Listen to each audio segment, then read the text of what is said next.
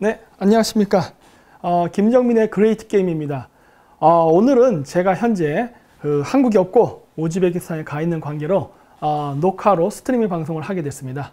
그래서 제가 이번에 준비를 하기가 좀 어려워서 가 있는 동안에 이슈랑 별로 상관이 없는 예전부터 말해왔던 매트릭스 그거를 이번에 찍고 가게 됐습니다. 그래서 저희가 일주일 동안 가 있어가지고 금요일날 가서 금요일날 오다 보니까 두 번 겹쳐서 제가 매트릭스를 2편에 걸쳐서 만들어서 녹화 방송을 하게 됐습니다. 그래서 오늘 제가 말할 거는 그 동심파괴 매트릭스. 저는 항상 이 일반 사람들이 갖고 있는 낭만 혹은 어떤 환상을 깨는 것을 굉장히 좋아합니다. 그게 원래 제 습관이에요. 그래서 오늘은 매트릭스의 숨겨진 메시지라고 해가지고 한번 매트릭스를 한번 분석해 보도록 하겠습니다. 먼저 그 영화 시작하면은 네오라는 인물이 나오는데, 네오라는 사람은 그 NEO, New라는 소리입니다. 새롭다. 이름이 새롭다라는 소리예요. 왜냐면 이 영화에서 그 매트릭스 시리즈를 1편서부터 끝편까지 다 보셨으면은 아시겠지만 거기에는 그 숨겨진 메시지가 있습니다. 거기에는 그 메시아 사상, 그러니까 그 마에트리아라는 사상이 들어있는데, 그거를 그 만들면서 그 캐릭터 이름들도 집어넣는데 굉장히 이름들이 보면은 의미가 깊어요. 그래서 이제 그런 것들을 제가 하나하나 분석할 텐데, 먼저 그 네오가 그 살았던 방의 호실이 몇 호실까 하는 겁니다. 영화 보시면은 아마 이거 방송 보시고 나서 나중에 한번 매트릭스를 다시 보세요. 제가 또 2편 또 하니까. 왜냐면은 이 네오가 사는 방의 호실이 그 영화 보시면 아시겠지만은 303호실입니다. 예. 이 303호, 즉 33이라는 숫자를 상징하거든요. 근데 이 33이라는 숫자는 그 뭐랄까 고대 종교서부터 해서 오늘날까지 굉장히 중요한 의미를 갖습니다. 이게 우리나라에서는 이 모든 그 뭐랄까 종교적 해석을 그 기독교 위주로 하다 보니까 그 성경이 안 맞아 무조건 다 사탄으로 몰아가는 경향이 있는데, 원래 그런 건 전혀 상관이 없어요. 이 33이라는 숫자는 별자리랑 관계가 있습니다. 네, 그래서 이 33이라는 거는 바로 은하수에 있는 별자리의 개수예요. 사실 이 별자리의 개수라는 것도 인간이 정했기 때문에 사실 의미는 없어요. 하지만 우리가 어떤 특별한 의미를 가지고 고대인들이 이 은하수를 일종의 그 천국의 계단이라는 개념으로 생각했어요. 하늘의 신에게 자기가 도달할 때 그 가야 되는 통로라는 생각을 했거든요. 그래서 이 그 은하수를 굉장히 중요시 여겼는데, 그 은하수에 있는 그 밝게 빛나는 별, 이 별에 보면 별자리라는 게 있잖아요. 그 별자리를 이름을 정해놨는데 그게 이 은하수에 펼쳐져서 우리 인간이 이름 지었던 그 별자리의 숫자가 33개입니다. 그래서 그 33개의 은하수에 있는 별자리를 밟고 올라가야만 북극성에 다다를 수 있다라는 생각이에요. 그게 바로 여기 보이는 천상열차 분야지도에서 보이는 북극성의 위치입니다. 그래서 여기 보시면은 그 파랗게 이렇게 C자 모양으로 되어 있죠? 저게 바로 은하수예요. 그리고 노란색으로 하는 건 황도, 태양이 지나가는 길입니다. 이렇게 지나가는 길인데, 그래서 여기 보시면 제가 은하수라고 해놓은 저 부분을 바로 천국의 계단이라고 보는 거예요. 그래서 33개의 별자리, 즉 33개의 은하수를 타고 넘어가면은 바로 신을 만날 수 있다. 즉 무슨 말이냐? 북극성에 다다를 수 있다라는 생각이 오늘날 인격 신화돼 가지고 종교화 돼 버린 거예요. 그래서 그 매개자는 북두칠성, 여기 오타가 났네요. 제가 고쳐 얘기했습니다. 이게 북두칠성이 아니라 북극성인데 내가 잘못 썼네요. 이렇게 써야지. 북극성. 그래서 북극성과 그 다음 북두칠성. 그래서 우리나라에서 사람들이 착각하는 게 그 민족 종교에서는 그 신을 하느님이라 부르고, 그 다음에 이제 기독교의 신을 하나님이라 부른다라고 구별을 하려고 하는데 천만에만합니다. 하나님이란 말은 한국말이잖아요. 그게 언제 유태인 말에 있었어요? 하나님이란 말 자체가 한국어예요. 그리고 한국에서 말하는 신의 이름입니다.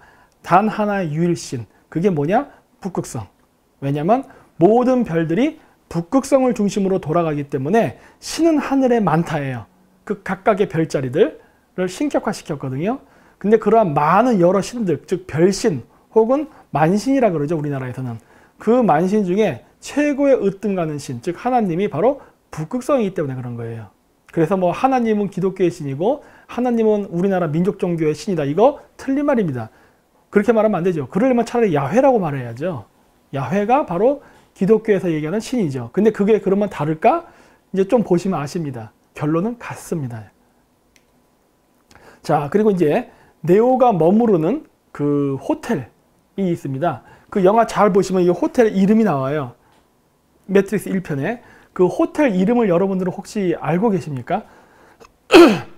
이 호텔의 이름이, 이게 영화 화면 보면 이렇게 해서 이게 위에서 아래로 쭉 훑으면서 나오는데, 이것도 그냥 영상 집어넣으면 또 저작권 문제 또 시비 걸고 할까봐 제가 이번엔 다 캡처 화면만 떴습니다.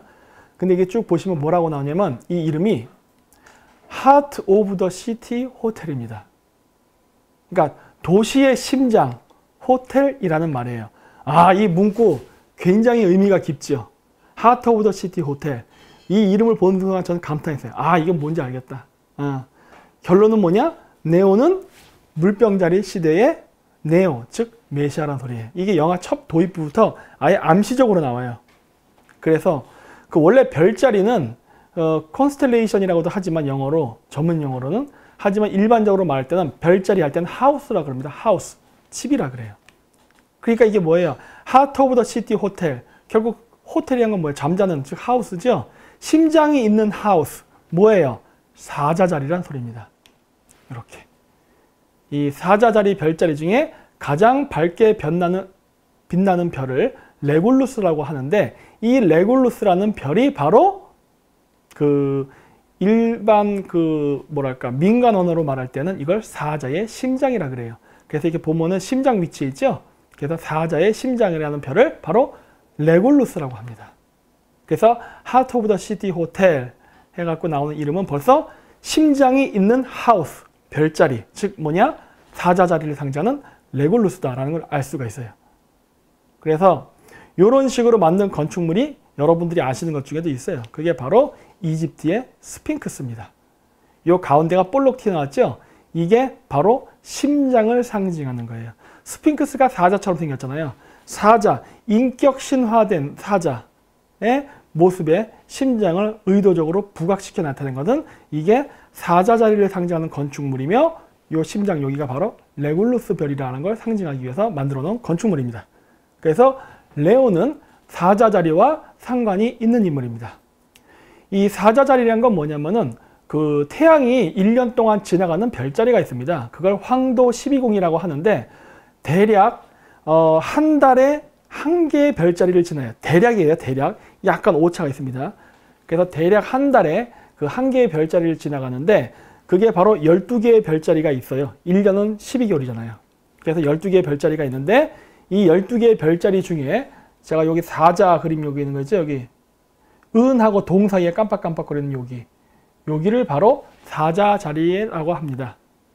이 사자자리가 중요한 이유는 무엇이냐? 그 고대 그 유목민족 종교관하고 관계가 있어요.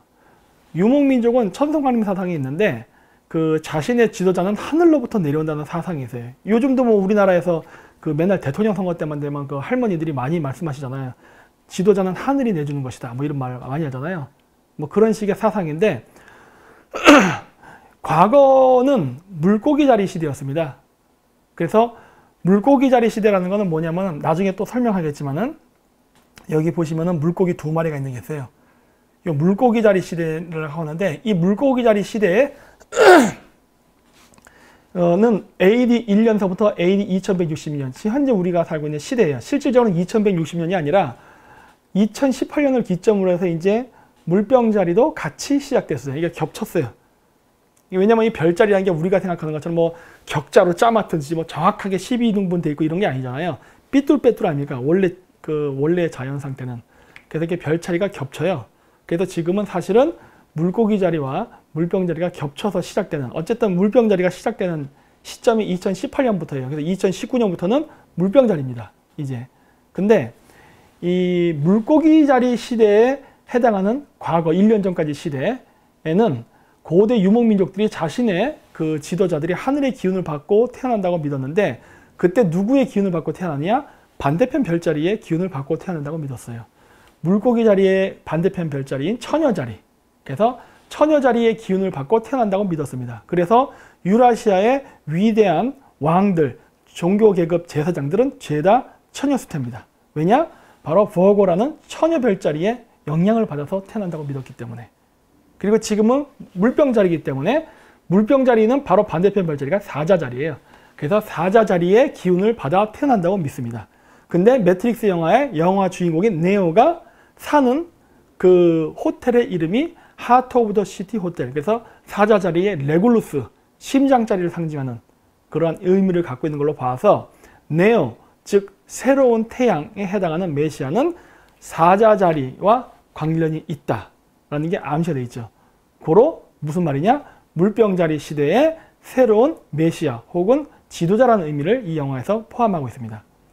그래서 매트릭스 영화 초반에 이제 보면 트리니티를 만납니다. 이 여자죠. 이 트리니티도 나오는데 여기 보면 이 캐릭터들이 전반적으로 다 검정색 옷을 입고 나옵니다. 아마 그거 눈치채셨을 거예요. 매트릭스에 나오는 주요 캐릭터들은 전부 검은 옷을 입고 있습니다. 근데 이것도 마찬가지로 고대 그 시베리아 샤머니즘하고 굉장히 관련이 깊어요.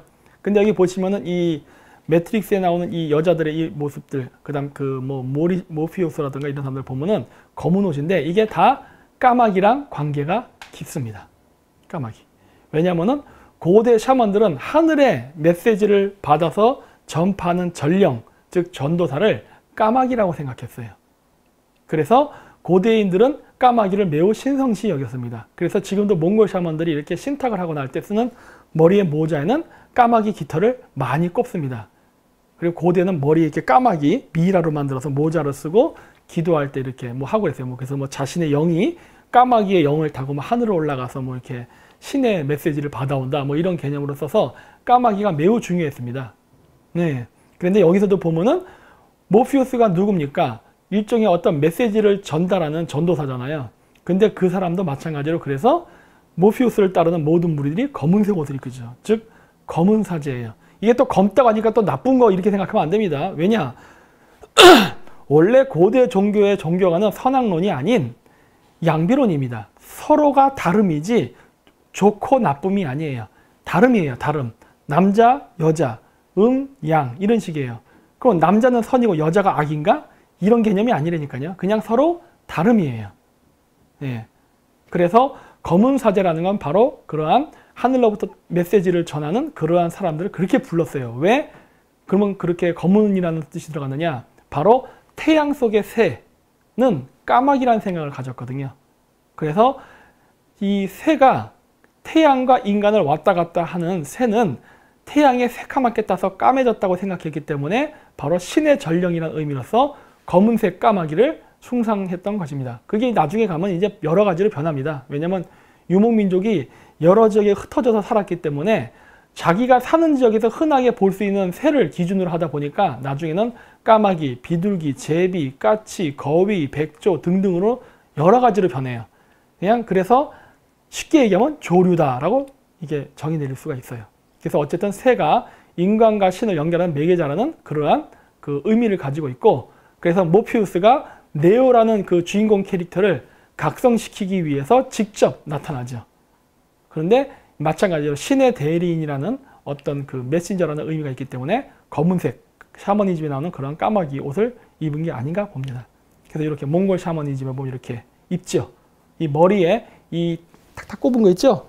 이게 바로 다 까마귀 털이에요. 그리고 이렇게 눈도 있죠? 저 눈이 우리나라에서 맨날 전시하고 떠드는 그겁니다. 이거 악마의 눈이랑 전혀 상관없어요. 그거는 기독교적 세계관. 하지만 이쪽 종교 세계관에서는 다른 생각입니다. 그래서 최초에는 까마귀, 즉 새를 그냥 쓰다가 인간의 문명이 점점 발달하면서 어떻게 되느냐? 그 까마귀가 아니라 거기에 인간의 모습이 입혀집니다. 그러니까 원래 최초의 그 종교가는 별이었어요. 별. 모든 신들은 별이었습니다. 그랬는데 인간이 점점 과학기술이 발달하면서 자연을 지배할 정도로 힘이 강해지기 시작하자 그 신의 이미지에 인간의 모습을 입히기 시작해요. 그러다 보니까 하늘과 인간을 연결하는 메시지, 즉 전령, 이런 그 천사들이 인간의 모습에 새의 날개를 단 형태로 나타나기 시작합니다. 그게 이제 언제부터냐면, 물론 샤머니즘에도 있어요. 그 아메리칸 인디안 샤머니즘 이거 제천 행사할 때도 이 날개를 달고 인디안들이 춤을 춥니다. 그리고 이제 이쪽 우리 구대륙 쪽에서는 바로 조로아스트교, 배화교에서 보면은 그 날개 달린 인간, 즉 천사 개념이 최초로 나타나죠. 그리고 나서 이게 다시 기독교라든가 이슬람, 불교 이쪽에 영향을 끼쳐가지고 벽화 같은 데 보면은 날개 달린 인간들을 많이 볼 수 있습니다.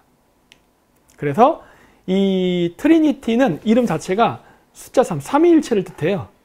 그러면 이거는 뭐와 관련이 있느냐? 이 트리니티는 바로 그 삼신 할머니랑 관계가 있습니다. 우리가 마고라고 하죠. 동양에서는. 그런 거랑 관계가 있는데 이 삼신 할머니라는 말은 쓰지만 삼신 할아버지라는 말은 쓰지 않아요. 왜냐면 북극성은 생명 창조와 관련이 있기 때문에 북극성의 별은 여성성을 가집니다. 근데 우리가 그 우주를 볼 때 이 북극성을 중심으로 모든 별이 이렇게 돌잖아요. 근데 고대인들은 그 하늘의 천문을 보면서 일종의 구역을 정했어요. 그랬는데 북극성에 있는 자미연을 중심으로 태미연과 천시연에서 3등분을 합니다. 우주를 3등분을 해서 봐요. 그래서 그러한 개념으로 봐가지고 이 트리니티라는 개념도 그와 연계돼서 같이 만들어진 게 아닌가라고 봐요. 그리고 또 하나의 설은 뭐냐? 그 최고의 신이라 생각할 수 있는 움직이지 않는 별, 즉 북극성을 최고의 하나님으로 보고 그거를 그 호위하는 양쪽에 두 개의 신, 바로 태양과 달, 그래서 삼신이라는 개념도 있습니다. 그래서 이렇게 여러 가지 개념이 있는 이유는 그게 우리가 그 프랙탈 이론처럼 무한 확대, 무한 축소로 같은 개념이 계속 점진적으로 확장과 축소를 한다고 믿기 때문에 이런 개념, 그 삼수의 개념은 계속 나옵니다. 근데 이 삼신에 대한 개념은 여기 보시면 아시겠지만은 이렇게 서양에도 이렇게 있어요. 여기 우리나라에서 마고라고 부르는 신, 즉 북극성 신은 러시아에서는 마코시라고 합니다. 마고예요, 마고. 쉬가 붙는 거는 원래 그 한국말로 하면 할매 정도로 이렇게 약간 좀 애칭으로 부를 때 쉬라는 걸 붙이거든요. 근데 그 러시아의 마코시라는 신도 아이의 출산을 관장하고 3명의 할머니로 묘사합니다. 그러니까 삼신이에요. 그래. 그리고 여기 보시면 옷감, 이 줄을 잡고 있죠. 이게 옷감을 뜨고 있는 모습이거든요. 그래서 옷감을 짜는 여신이라는 의미입니다. 그 동양에서 얘기하는 마고성이라는 그 동양 첨언의 별자리는요. 오늘날 서양의 별자리라면 베가라는 별로 그게 직녀성입니다. 직녀가 뭐예요? 옷감을 짜는 여자. 예. 그게 12,000년 전에는 북극성이었거든요. 12,000년 전에는. 그래서 12,000년 전에 직녀성, 즉 베가는 생명을 창조하는 걸 관장하고 그리고 옷감을 짜는 역할을 한다고 믿었고 그 삼신의 개념으로 있었습니다. 똑같죠.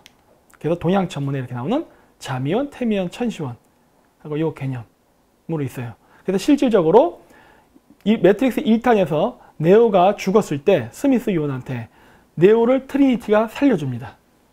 예. 그 키스를 하면서, 즉 숨결을 부려 넣으면서 심장을 이렇게 탁탁 해갖고 살려내죠. 그래서 생명을 부여해주는 자, 즉 트리니티죠. 마고 할매죠. 예. 그리고 이제 매트릭스 영화를 보면 특징이 뭐냐면 모든 영화의 시작이 네오가 잠에서 깨어나는 걸로 시작합니다. 전부 다 자고 있다가 일어나는 걸로 시작해요. 나중에 한번 잘 보세요. 그래서 그 매트릭스 영화의 그 전반적인 흐름은 바로 각성을 많이 이야기합니다. 깨어나라, 즉 깨달아라 뭐 이런 식으로 그런 의미가 함축적으로 포함되어 있는데 그래서 이렇게 이건 매트릭스 1탄에서 나오는 거예요. 그래서 이거 말고도 뭐 레볼루션, 리로디드 뭐 이런 것들에도 보면 다 네오가 자다 일어나는 걸로 나와요. 그래서 이렇게 보면 1탄에서도 이렇게 일어나라 네오 뭐 이런 식으로 얘기하죠. 그러니까 뭐 넌 매트릭스에 잡혔다 뭐 이런 식으로 메시지가 나오면서 흰 토끼를 쫓아라 라는 메시지가 나와요. 이 흰 토끼라는 메시지가 굉장히 많이 나옵니다. 이게 매트릭스에만 나오는 게 아니에요. 여러분 혹시 그 노잉이라는 영화 보셨어요? KNOWING, 노잉이라는 그 영화가 있는데 그게 뭐냐면 지구가 종말을 다가왔을 때 외계인들이 그 특별히 선발된 남자아이와 여자아이를 데려다가 인간이 살 수 있는 다른 별로 이주시켜서 다시 인류를 종속시킨다는 그런 영화인데 거기도 보면 영화의 시작과 끝에 토끼가 나옵니다. 예. 그래서 토끼가 여러 번 나와요. 그거 말고도 또 여러 영화에서 많이 나오는데 이 토끼가 상징하는 바가 있어요. 그리고 이제 그 토끼로 많이 유명한 게 바로 이상한 나라의 앨리스죠.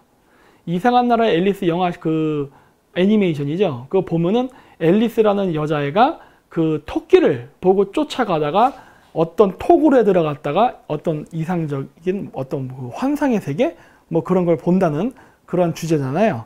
근데 이 이상한 나라 앨리스의 이 영화 보면은 애니메이션을 보면 여기 보면 토끼가 나오고 시계가 나오고 버섯이 나오고 여자아이가 나오고 쌍둥이가 나오고 고양이가 나오고 막 그래요. 아, 이걸 보면은 이게 천문이구나 하는 걸 알 수가 있어요. 천문이구나. 예. 이거 별자리를 인격화시키는 거거든요.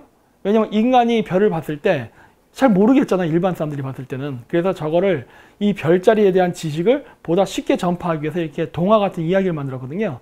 그 중에 하나가 이상한 나라의 앨리스인데 여기다 보면 토끼를 쫓아가는 여자애의 모습으로 나옵니다. 예.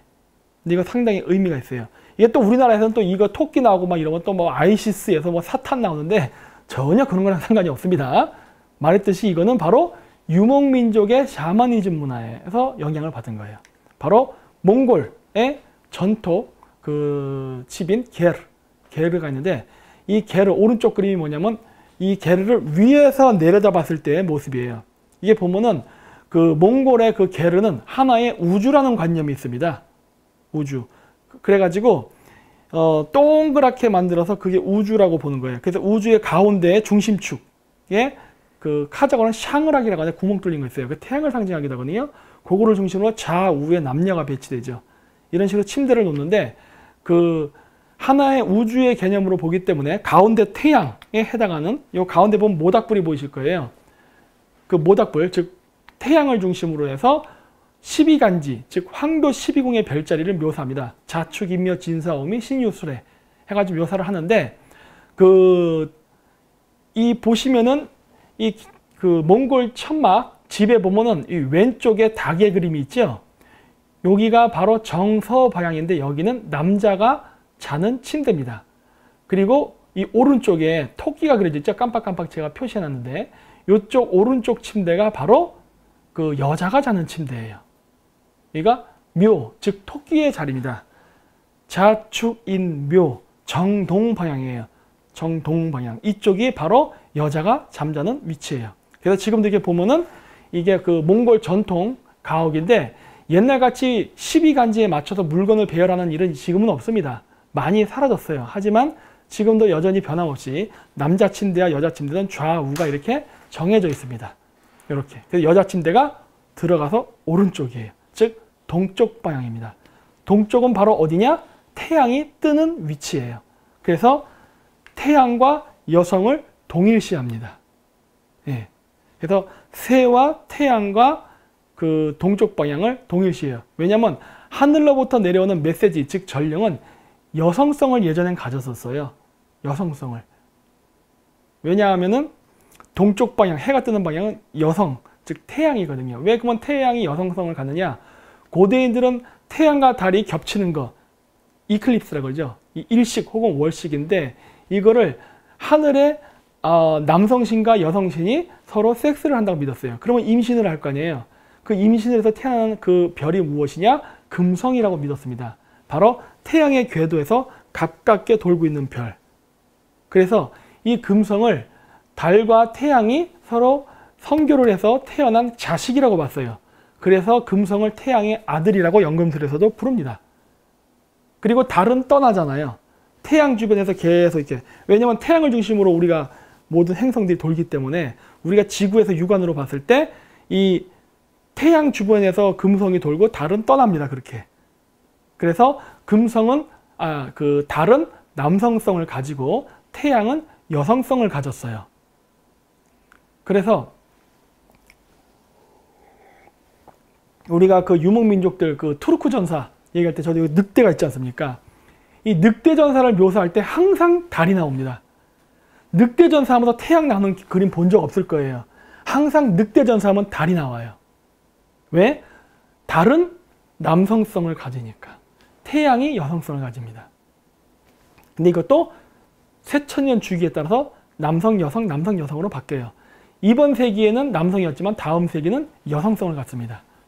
그래서 동쪽 방향은 바로 태양, 여자를 상징하고 이 옛날 때는 이 침대가 여자 쪽 침대가 더 컸어요. 왜냐하면 남자가 이렇게 이 개를 집안에서 자다가 이게 남녀가 서로 이렇게 잘 때는 여자 쪽 침대로 넘어왔습니다. 왜? 생명의 은폐는 태양이 뜨는 동쪽, 바로 빛의 기운을 받아서 태어난다고 믿었기 때문에. 그래서 바로 토끼는 섹스를 상징합니다. 다산의 상징이기도 하죠. 그래서 미국의 플레이보이 잡지에서도 이렇게 플레이보이라고 해놓고서 토끼가 나옵니다. 바니걸스 이런 거 많이 나오죠. 이게 바로 섹스의 심볼이에요. 그리고 이러한 전통은 어디서 왔느냐? 고대 유라시아 샤머니즘에서 온 겁니다. 이게 바로 스키타이의 전통이에요. 예. 그래서 바로 이렇게 떠오르는 동쪽 태양을 상징하죠. 그래서 follow the rabbit, 동쪽을 따라가라 라는 소리거든요. 동쪽으로 가라. 뭐 달마가 동쪽으로 간까당 뭐 이런 식으로 follow the rabbit이라는 말은 뭐냐? 태양을 따라가라는 소리예요. 태양을 따라가라. 네. 그래서 이제 그 영화에 보면은 이 여자애가 또 토끼 문신을 했어요. 이상한 나라의 앨리스에서도 여자애가 토끼를 따라갑니다. 그래서 토끼와 태양과 여자가 항상 같이 나와요. 이렇게 세트로. 그렇죠? 일관된 패턴으로 나타납니다. 그래서 저 여자의 그 문신이 돼 있잖아요. 그래가지고 이 여자 문신을 보고 따라가죠. 그래서 이제 뭐 그 네오가 앞으로 그 메시아가 될 것이라는 암시가 이렇게 영화 이게 초반에서도 이렇게 대화 속에 나옵니다. 그래서 이렇게 토끼 문신이 그 여자한테 돼 있죠. Follow the rabbit 해가지고. 예. 근데 이게 참 신기한 게 뭐냐면은 그 제가 몽골에 있을 때 그 몽골 샤먼들이 그 접신을 할 때, 그러니까 몽골에서는 보통 접신을 어떤 식으로 하냐 그러면 그 개념이 한국하고 조금 다른 것 같아요. 왜냐면 우리나라에서 접신을 한다 그럴 때는 말 그대로 그 신이 그 무당 몸에 들어온다고 얘기를 하는데 몽골 샤머니즘에서는 뭐라고 얘기하냐? 저 북쪽 사람들은 자기의 영이랑 그 신의 영혼이 서로 바뀐다는 얘기를 합니다. 체인지 안 돼요. 뭐 그런 식으로 얘기를 하는데 예전에 그래서 내가 그 몽골 샤먼한테 인터뷰를 한 적이 있어요. 인터뷰를 한 적이 있는데 뭐라 그랬느냐? 당신 그 이렇게 뭐 신이 들어왔다고 할 때 우리가 이렇게 점 보거나 이런 거 할 때 이 영혼이 바뀌어서 자기는 우리랑 대화한 거를 기억 못 한다고 하는데 그럼 너는 그 네 몸에 신이 들어가 있을 때 네 영혼은 뭐 하고 있냐? 내가 그때 물어봤더니 그때 그 몽골 샤먼이 되게 흥미로운 얘기를 하더라고요. 뭐라고 얘기했느냐 나한테 이 자기 몸에 신이 들어와서 자기 영이 바깥에 빠져나가는 동안에 자기는 하늘에서 토끼를 쫓아다니는 그런 환상을 본다고 한답니다. 그래서 내가 이게 무슨 말이야? 막 그랬던 거예요. 이거 제가 녹취해 놓은 것도 있어요, 제가. 이게 오늘은 제가 방송 준비하면서 컴퓨터가 해킹을 당해갖고 자료가 막 흩어져 있는 바람에 여기다 준비를 못 했는데 예전에 그래서 제가 몽골에서 인터뷰를 할 때 그 샤먼이 그 얘기를 해주더라고요. 그래서 내가 그랬어요. 왜 하필이면 토끼야? 내가 그랬더니 그건 자기도 모른대요. 그냥 토끼를 쫓아가는 환상을 본다는 얘기를 하더라고요.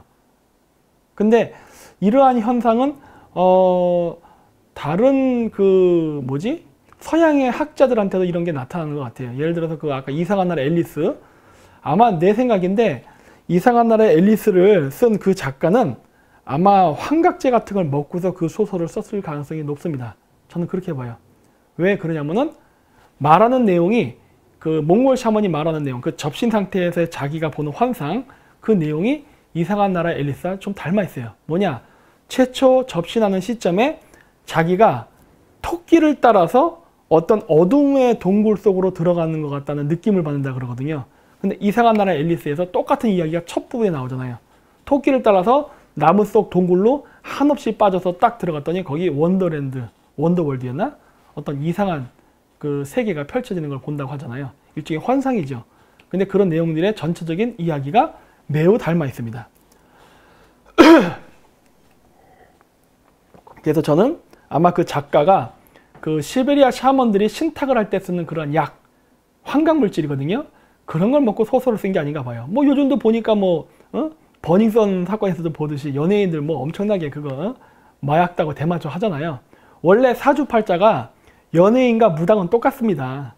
예, 둘은 팔자가 같아요. 그래서 그 뭔가 관련이 있다고 봐요. 그리고 음악 작곡하는 사람들이 영감이 안 떨어지는 그 대마초도 많이 핀다고 하는데 각성제거든요. 그래서 그런 효과가 있다고 하는데 그렇다고 제가 피라는 건 아닙니다. 그러니까 그런 거에 있다라는 걸 얘기하는 거예요. 그래서 고대 샤먼들도 그렇게 신탁을 할 때는 그렇게 약물을 썼는데 어디서 썼느냐? 바로 동굴 속에서 했습니다. 이상한 나라 앨리스에 나오는 것처럼. 즉 고대 샤먼들은요 토굴 속에 살았어요. 토굴. 그러니까 어떤 절이라든가 교회 같은 건물을 짓고 사는 게 아니라 토굴 속에 있으면서 기도를 하고 명상을 하고 뭐 신탁 행위도 하고 그랬었어요.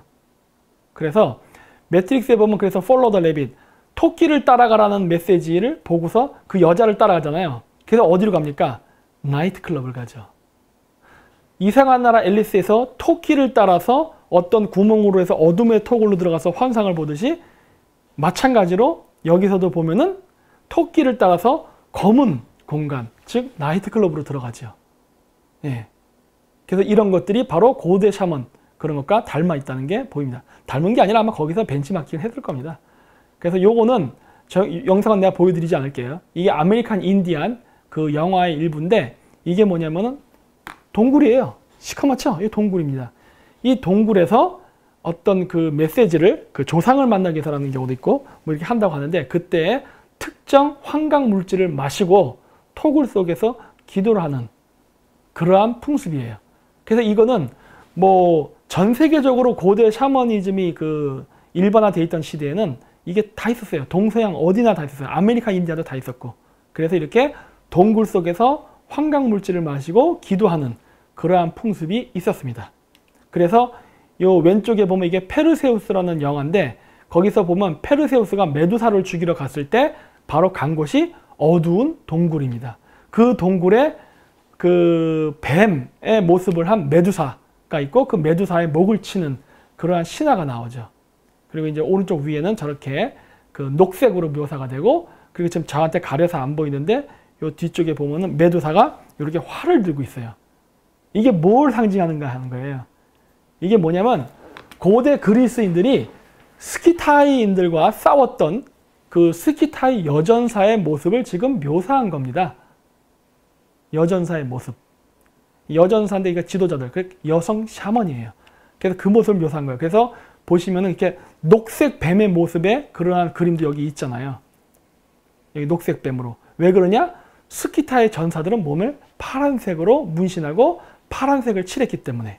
그리고 활을 쏘는 모습이 나오잖아요. 예. 그래서 이렇게 스키타이 전사. 여기 보시면은 문신한 거 보이시죠? 그리고 제 뒤에 지금 가려서 안 보이는데 여기 보시면 이렇게 문신이 돼 있고 여기다가 문신 안 한 부분에는 파란색으로 칠을 했어요. 그래서 여러분 브레이브 하트라던가 왕자 게임에 보면은 스코틀랜드에 샀던 피트족들 보면 몸이 파란색인 걸 알 수 있어요. 그럼 피부가 파란 게 아니라 그게 색깔을 칠해서 그렇습니다. 네. 그래서 그런 전통이 있었어요. 그래서 페르세우스가 퇴치했던 메두사의 모습도 푸른색으로 묘사한 이유가 바로 그러한 스키타인들과의 전쟁을 묘사한 거예요. 그게 나중에 신화화돼서 그렇게 된 겁니다. 그래서 여자들도 전사가 있었습니다. 그리고 이러한 스키타이 여전사들이 백인 계통의 사람들이 많았어요. 그래서 예전에 내가 그런 얘기 했었을 거예요. 그 고대 파미리에 살았던 스키타이, 즉 한단국에서 얘기하는 색족들은 두 개의 지배 계급이 존재했는데 하나는 백색 계급, 하나는 무사 계급인 종교 계급. 그래서 종교 계급은 하얀색 옷을 입고 적색 계급, 무사 계급은 붉은색 옷을 입었다. 그래서 두 개의 그 지배 계층이 있었고 이게 나중에 우리나라에서는 조선시대에 와서는 문반과 무반, 그래서 양반이라는 지배층으로 변이돼서 이 전통이 내려왔죠. 그랬었는데 거기서 왜 그러면은 페르세우스라던가 헤라클레스에 보면 이렇게 그 여러 가지 보면 그 뱀 여인들이 나오는데 왜 그렇게 묘사가 됐냐면 그 스키타이의 그 갑옷이 비늘 갑옷입니다. 그래서 보시면은 이 스키타이가 입었던 옷은 그 중세 유럽의 그 갑옷하고 모양이 달라요. 이렇게 비늘 갑옷을 하고 있습니다. 이 오른쪽 사진은 확대해서 보여주는 거예요. 딱 보면 비늘이죠? 이렇게. 그래서 저런 비늘 갑옷을 입고 있었기 때문에 고대인들이 그 동굴 속에 사는 여자 샤먼, 즉 여자 지도자죠,를 바로 하체는 뱀, 위에는 인간이 여인이라고 착각하게 된 거예요. 거기다 몸에 파란색 칠까지 했으니 아까 앞쪽에서 보여드렸던 푸른 메두사, 이런 개념의 전설이 나오게 된 겁니다. 이 하반신이 뱀인 그런 인간은 존재하지 않습니다. 이거는 고대의 원시인들이 철기를 갖고 있던, 발달된 철기를 갖고 있던 스키타이의 지도자를 보고 만들어진 이미지예요. 그래서 이 여자 사제들, 샤먼들은 토굴 속에서 살면서 기도를 했습니다. 이렇게. 그게 바로 이렇게 오늘날까지 내려오는 도낭석굴, 그 다음에 이게 카파토키아, 터키에 있는 그 석굴, 이런 것들이에요.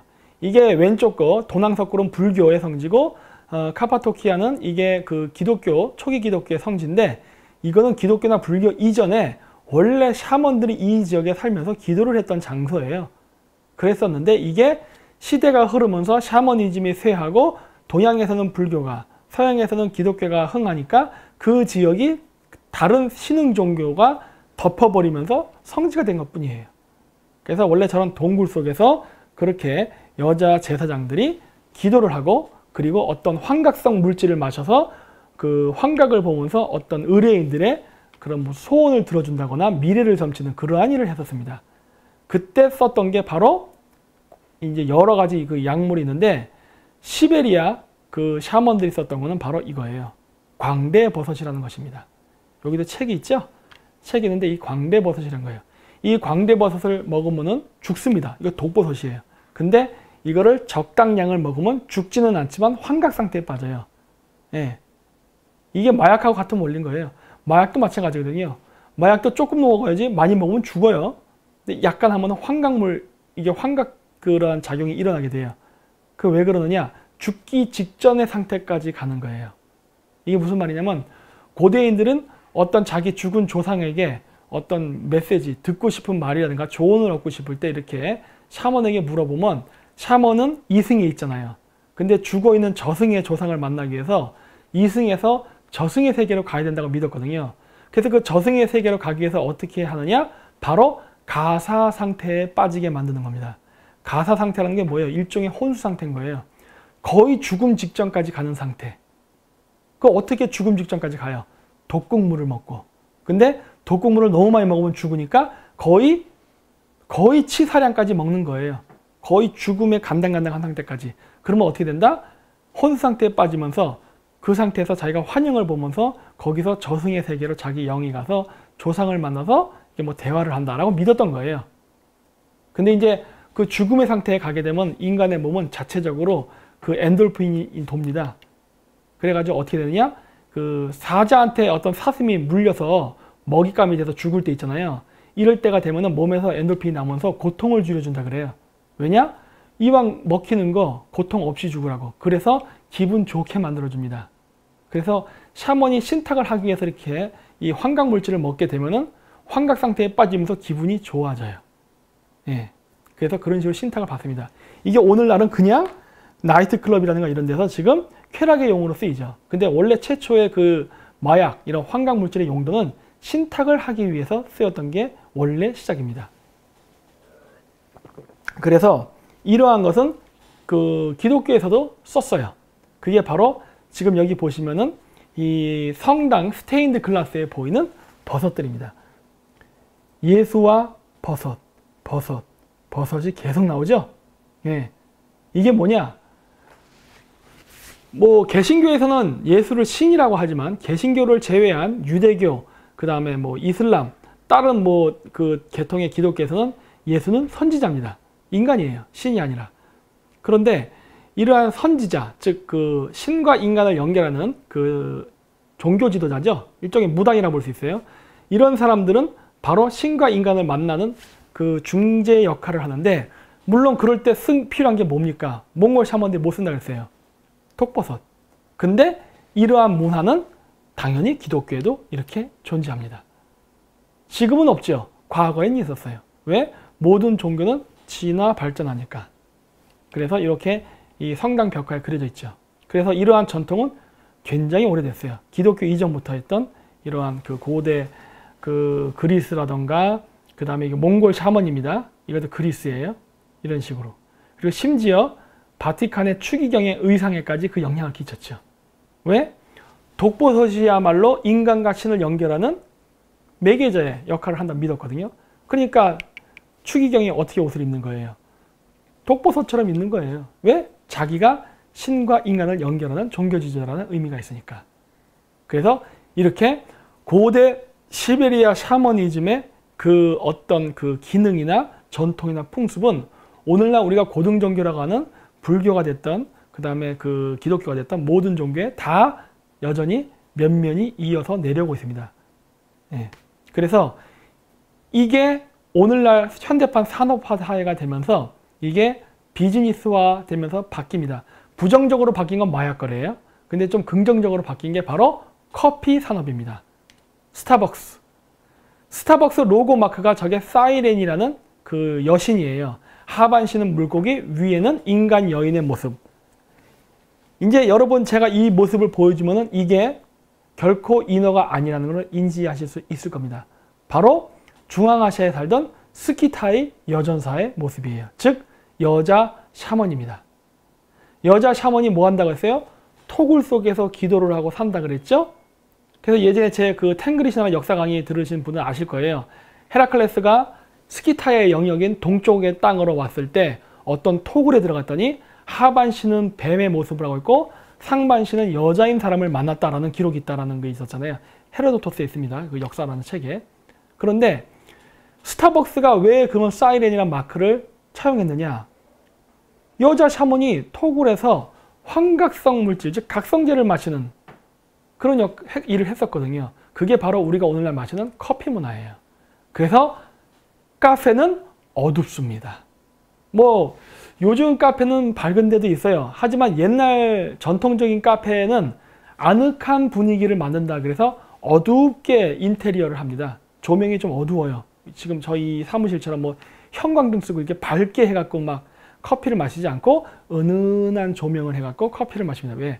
커피도 일종의 각성제니까. 그래서 스타벅스가 바로 이런 고대 여자 샤먼들이 토굴에서 그 환각물질을 먹고 이런 것들에 대한 각성제죠. 그런 전통을 오늘날 이렇게 음료 문화로 만든 게 커피 문화입니다. 그리고 전시안이 나오죠.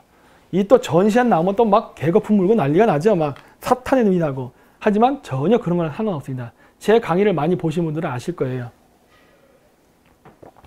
이 전시안이라는 것은 매트릭스 이제 영화에 나옵니다. 이 토굴에 들어갔더니 이제 트리니티가 접근을 해요.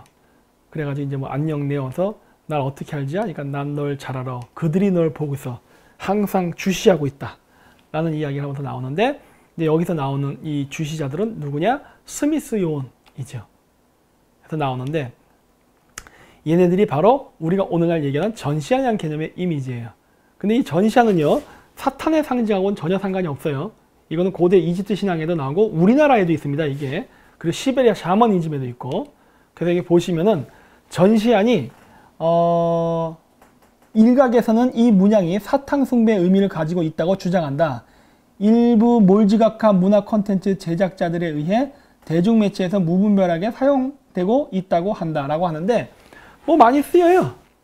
많이 쓰입니다. 그래서 저거 1달러 지폐, 피라미드에 있는 눈 저거 나오면 막 전시안 막 으아 하고 막 개거품 품는데 전혀 그런 거랑 상관없습니다. 이 바로 전시안이 무엇이냐? 북극성입니다. 자, 천문 들어볼게요. 이건 천상열차 분야지도, 우리나라에서 만든 거죠. 천상열차 분야지도인데 저 파랗게 칠해놓은 게 바로 은하수입니다. 은하수가 있고 은하수 위에는 북극성이 있다 했잖아요. 이 빨갛게 쳐놓은 게 바로 황도, 태양이 지나가는 길이에요. 그래서 은하수와 황도, 태양이 지나가는 길에는 저 두 개의 접점이 있습니다. 만나는 지점이 있어요.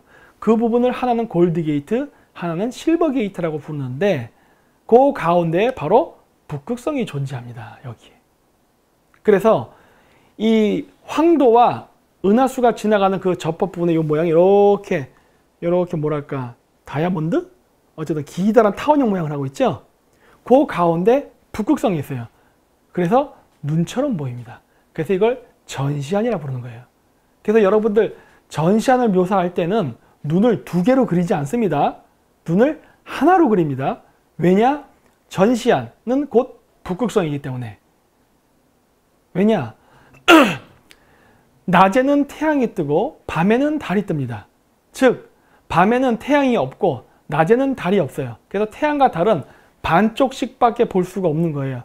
하지만 북극성은요. 하늘에 계속 떠 있습니다. 그래서 여러분들이 북극성을 볼 수가 있어요. 물론 낮에는 태양빛이 강해서 북극성의 그 별이 안 보이지만 안 보인다 해서 안 떠 있는 게 아니라 항상 우리 머리 위에 떠 있어요. 밤에는 이제 어두우니까 잘 보이고, 그래서 우리를 365일 동안 주시하고 감시하는 별, 즉 전시하는 북극성을 상징합니다. 그래서 북극성을 상징할 때는 하나의 눈으로 묘사해요. 그래서 여러분 그 좋아하는 마블 있죠? 어벤져스. 거기에 보면은 그 오딘이란 신이 나오잖아요. 근데 오딘이란 신이 어떻게 나옵니까? 애꾸눈으로 나옵니다. 왜 애꾸눈이에요? 최고의 지도자, 아스가르드의 최고의 지도자, 유일한 하나의 신, 하나님이죠. 그러니까 오딘이란 말이 뭡니까? 러시아 말로는 아진, 그래서 뭐야? 하나라는 말이에요. 오딘은 우크라이나로 숫자 1을 상징합니다. 그래서 오딘이란 말은 1, 즉 하나님이란 소리예요. 즉 북극성을 상징하죠. 그러다 보니까 눈을 하나로 묘사합니다. 그리고 나중에 오딘이 죽은 다음에 토르가 이제 그 계승을 하잖아요. 근데 그때쯤에 어떤 일이 발생합니까? 토르가 눈깔이 하나 날아가죠. 그래서 애꾸눈으로 나오기 시작해요. 왜? 오딘이 죽고 토르가 다음에 그 정권을 물려받고, 즉 그 다음에 하나님이 되니까 어떻게 돼요?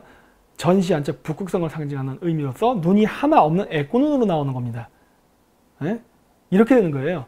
그래서 여러분들이 뭐 전시한 뭐 사탄하고 막 개거 품품고 난리치고 인터넷에 막 악마의 뭐 어쩌고 해놓고서 헐리우드 마블 시리즈 하면 또 가서 헤헤하고 보고 그래요. I love you 오딘 그러고.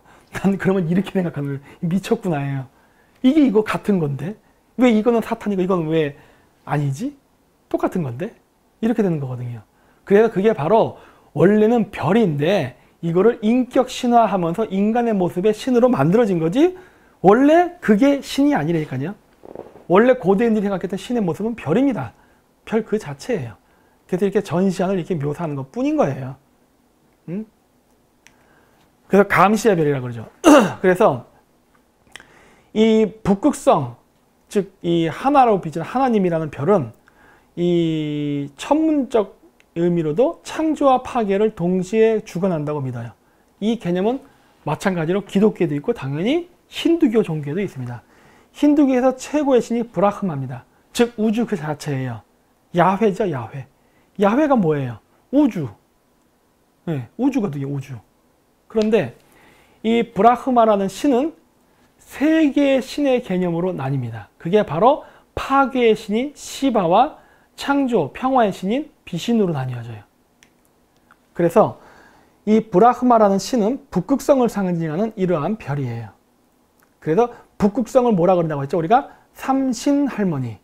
그래서 브라흐마의 얼굴이 세 개가 있습니다. 삼신이에요. 그래서 브라흐마는 바로 북극성, 즉 하나님이란 별을 상징해요. 물론 하나님이지만 삼위일체, 세 개가 하나로 뭉쳐서 하나의 신의 개념으로 보는 거거든요.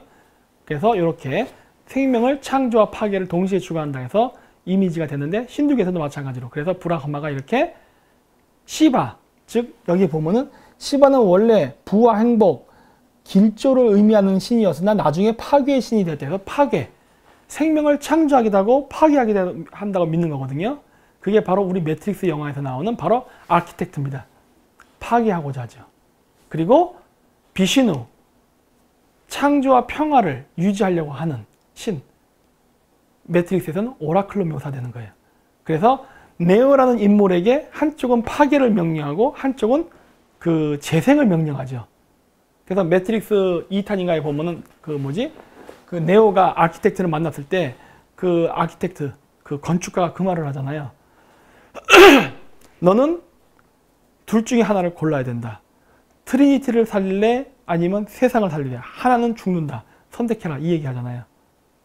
그런 얘기가 나와서 시바라는 파괴의 신과 비시누라는 창조의 신이 바로 브라흐마라는 신에게 함께 있다라고 해서 힌두교에서는 삼신이라고 그러고 이게 바로 북극성에서 얘기하는 우리나라가 얘기하는 삼신할매라는 민간신앙입니다. 그래서 이렇게 전시안이라는 것은 바로 그런 걸 뜻해요. 북극성 별을 상징합니다.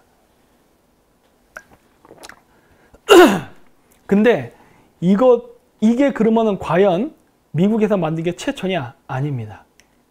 요거는 에콰도르에서 발견된 아메리칸 인디오의 유물이에요. 이게 라마나산에서 발견된 유물인데 똑같이 생겼죠? 똑같이. 네? 이게 사탄이라고 전혀 상관없어요. 이게 바로 하나님, 즉 북극성 신앙을 묘사하는 방식입니다. 방편이에요. 그렇게 이렇게 되죠. 그럼 이게 그럼 우리나라에는 없느냐? 당연히 있습니다. 바로 요거죠. 피라미드 위에 꼭대기에 뭐 하나 탁 올려놨죠? 일종의 미완성 피라미드에 저 올려놓는 건데 저게 뭐냐면 저게 까마귀의 머리입니다. 까마귀의 머리. 우리가 보통 전시안을 묘사할 때 이 피라미드에 태양을 겹쳐서 묘사하죠? 우리나라 신앙의 태양 속에 뭐가 있다 생각해요? 까마귀. 그래서 피라미드 위에 태양 혹은 까마귀를 올려놓습니다. 태양, 까마귀, 여자는 같은 개념이라 했잖아요. 동쪽 방향에 해 이렇게 해서. 그래서 보시면 이렇게 봐도 이렇게 기역자로 생긴 게 새 머리처럼 보이죠? 그래서 요 왼쪽에 있는 거는 그 김유신이 화랑들을 데리고 수련했다는 노고단에 있는 제단입니다. 그리고 오른쪽 그림은 제주도에 있는 거욱대예요. 거욱 뭐예요? 까마귀. 그래서 제 까마귀 머리를 상징해요. 피라미드 위에는 새, 눈 이걸 상징하는 거예요. 그렇죠? 그래서 노고단이라 써 있죠. 그래서 그 전시안을 상징하는 피라미드는 우리나라에도 있어요. 그래서 내가 웃기는 소리 하지 말라고 하는 거예요. 맨날 피라미드만 나왔다면, 전시안 나왔다면 뭐 김 박사님 혹시 뭐 일루미나티세요? 프리메이슨이세요? 막 이러는데 웃기는 소리 하지 말라는 거예요. 좀 전통, 그 다음에 천문학에 대한 그 지식을 가지고 얘기하라는 거예요. 네? 여기다 보면 늙을 노자에 이렇게 고말 때 고자를 썼잖아요. 노고단이라 썼는데 이게 왜 노고라 썼냐? 늙은 고, 이게 마고 할매를 나타내는 거예요. 마고 할매. 삼신. 그쵸? 똑같죠? 동서양이 구별이 없습니다. 하나님은 삼위일체로서 하늘에 존재한다는 개념이에요. 그래서 생명을 창조와 파괴한다. 인간을 창조하기도 하지만 인간을 심판하기도 한다. 뭐 이거 똑같잖아요. 샤머니즘과 기독교와 힌두교, 불교가 뭔 차이가 있습니까? 다 똑같지. 그쵸? 같은 개념인 거예요. 이걸 갖다 우리나라 거는 또 사탄이라 그러고 부수면은 그 사람은 정신병자입니다. 같은 개념이에요. 어떻게 표현하냐의 차이기 때문에. 그리고 또 제가 김해 김씨 아닙니까? 우리 가야의 무덤들 이렇게 피라미드로 만들죠. 물론 고구려도 만들어요. 이렇게. 그리고 이렇게 만드는 사람들이 또 있죠. 바로 일본의 천황가지요. 그래서 내가 맨날 농담식으로 얘기하잖아요. 우리 김해 김씨 중에 가장 잘 나가는 사람은 일본 천황이다. 이런 얘기 제가 농담식으로 많이 얘기하는데 이렇게 가야의 마지막 왕 궁형왕릉에도 이렇게 피라미드 재단이 쌓여져 있습니다. 그래서 피라미드의 전시안으로 만드는 그러한 문화는 우리나라에도 있어요. 그리고 아메리카 인디안도 있고 그다음 뭐 이제 여러 그런 단체 다 있고. 그래서 이거 뭐 사탄 뭐 이런 거랑 전혀 상관이 없습니다. 북극성 신앙이에요. 그 북극성 신앙을 이렇게 묘사한 겁니다. 그리고 이제 그 북극성에 도달하기 위해서는 은하수를 이렇게 간다고 했잖아요. 근데 이제 그 가는데 우리가 그 갈 때는 문을 통과해서 간다는 생각을 했어요. 그게 바로 천국의 문입니다. 매트릭스 2탄 리로디든가 거기에 보면 이렇게 문이 나와요. 영화 보신 분들은 아실 거예요. 이 문을 열면 다른 세계가 나타납니다. 막. 그렇죠? 그래서 그 영화에서는 문에 대해서 굉장히 집중적으로 나오는데 이 이야기도 마찬가지로 당연히 천문에 대한 이야기예요. 그러니까 고대의 별을 신으로 생각했던, 신의 세계로 생각했던 그 천문 사상. 그래서 보시면은 이 파란색으로 지나가는 게 은하수, 노란색으로 하는 게 태양이 지나가는 황로예요. 이 두 군데가 이렇게 붙어 있죠? 이 두 원이 이렇게 만날 때 교차되잖아요. 만나는 지점. 거기를 게이트라 부릅니다. 물론 게이트는 12개의 게이트가 있어요. 1년은 12개월이니까. 그리고 봄, 여름, 가을, 겨울을 나누는 4개의 게이트가 있습니다. 그게 사자, 황소, 정갈, 물병자리예요. 이렇게 있어요. 이런 게이트들이 있는데 그 중에 가장 중요하게 여기는 게이트가 바로 접합되는 두 지점, 즉 골드 게이트와 실버 게이트입니다. 그게 일본 신토에서는 이렇게 묘사되죠. 또 북두칠성. 아이고, 내가 한번 복사한 거를 계속 썼더니 여기서 이렇게 북두칠성이라 나오네요. 네. 미리 바꿔놔야지, 안 그러면 또 다음번에 강의할 때 또 실수해요. 그래서 이렇게 일본 신사를 가면은 도리라는 게 있어요. 도리, 새 아닙니까? 이 새가 있는 곳, 즉 신사예요. 근데 여기서도 보면 일본 도리 중에 바다에 있는 도리가 있습니다. 요 밑에 보시면 여기 바다예요. 그리고 여기 태양이 있죠. 그리고 여기 도리, 도리가 새입니다. 일본어로 한자로 쓸 때도 도리에 보면 세조자를 써요. 그래서 도리라고 부르는데 여기 보시면 도리가 그래서 3조고 태양새를 상징해요. 근데 여기도 보시면 은하수를 상징하는 바다와 황도를 상징하는 태양이 딱 있어서 문, 게이트를 만들었죠. 골드 게이트, 실버 게이트. 일본 신사들이 이 개념이 있어요. 놀랍죠? 내가 조만간 일본 갈 겁니다. 일본 신토 문화를 연구하러. 일본 신토가 고대 한국 샤머니즘의 원형이거든요. 우린 잃어버렸지만은 그걸 사탄이라 그래서 우리가 스스로 부숴버렸죠. 그래서 이렇게 그 은하수를 타고 북극성으로 간다는 믿음이 있어요. 아까 얘기했죠? 그래서 이건 참고로 얘기하는 건데, 그래서 우리가 그 신의 이미지라는 거는 그 별자리랑 관계가 있다는 얘기를 많이 했지 않습니까? 그런데 지구가 이렇게 자전을 할 때 그 별이 보이는데 북극성 별이 안 움직인다고 했지만 움직입니다. 천천히 움직여요. 북극성을 결정하는 별은 크게는 5개, 크게는 6개 혹은 5개로 이게 정의를 내리는데 그 별이 지금의 곰자리, 그리고 앞으로 있을 세페우스, 백조자리, 직녀성, 용자리예요. 물론 경우에 따라서는 헤라클레스를 넣을 수도 있습니다. 이건 지구의 세차 운동 때문에 그런 거예요. 그래서 우리가 황도 12궁이 됐다가 황도 13궁이 되는 것도 지구의 세차 운동에 의해 가지고 별자리가 포함이 됐다 안 됐다 하는 것 뿐이에요. 지금은 물병자리 시대에 들어서면서 황도 12궁이 아니라 13궁이 됐죠. 뱀주인 자리라는 게 하나 더 생겼습니다. 아직 우리가 안 쓰지만.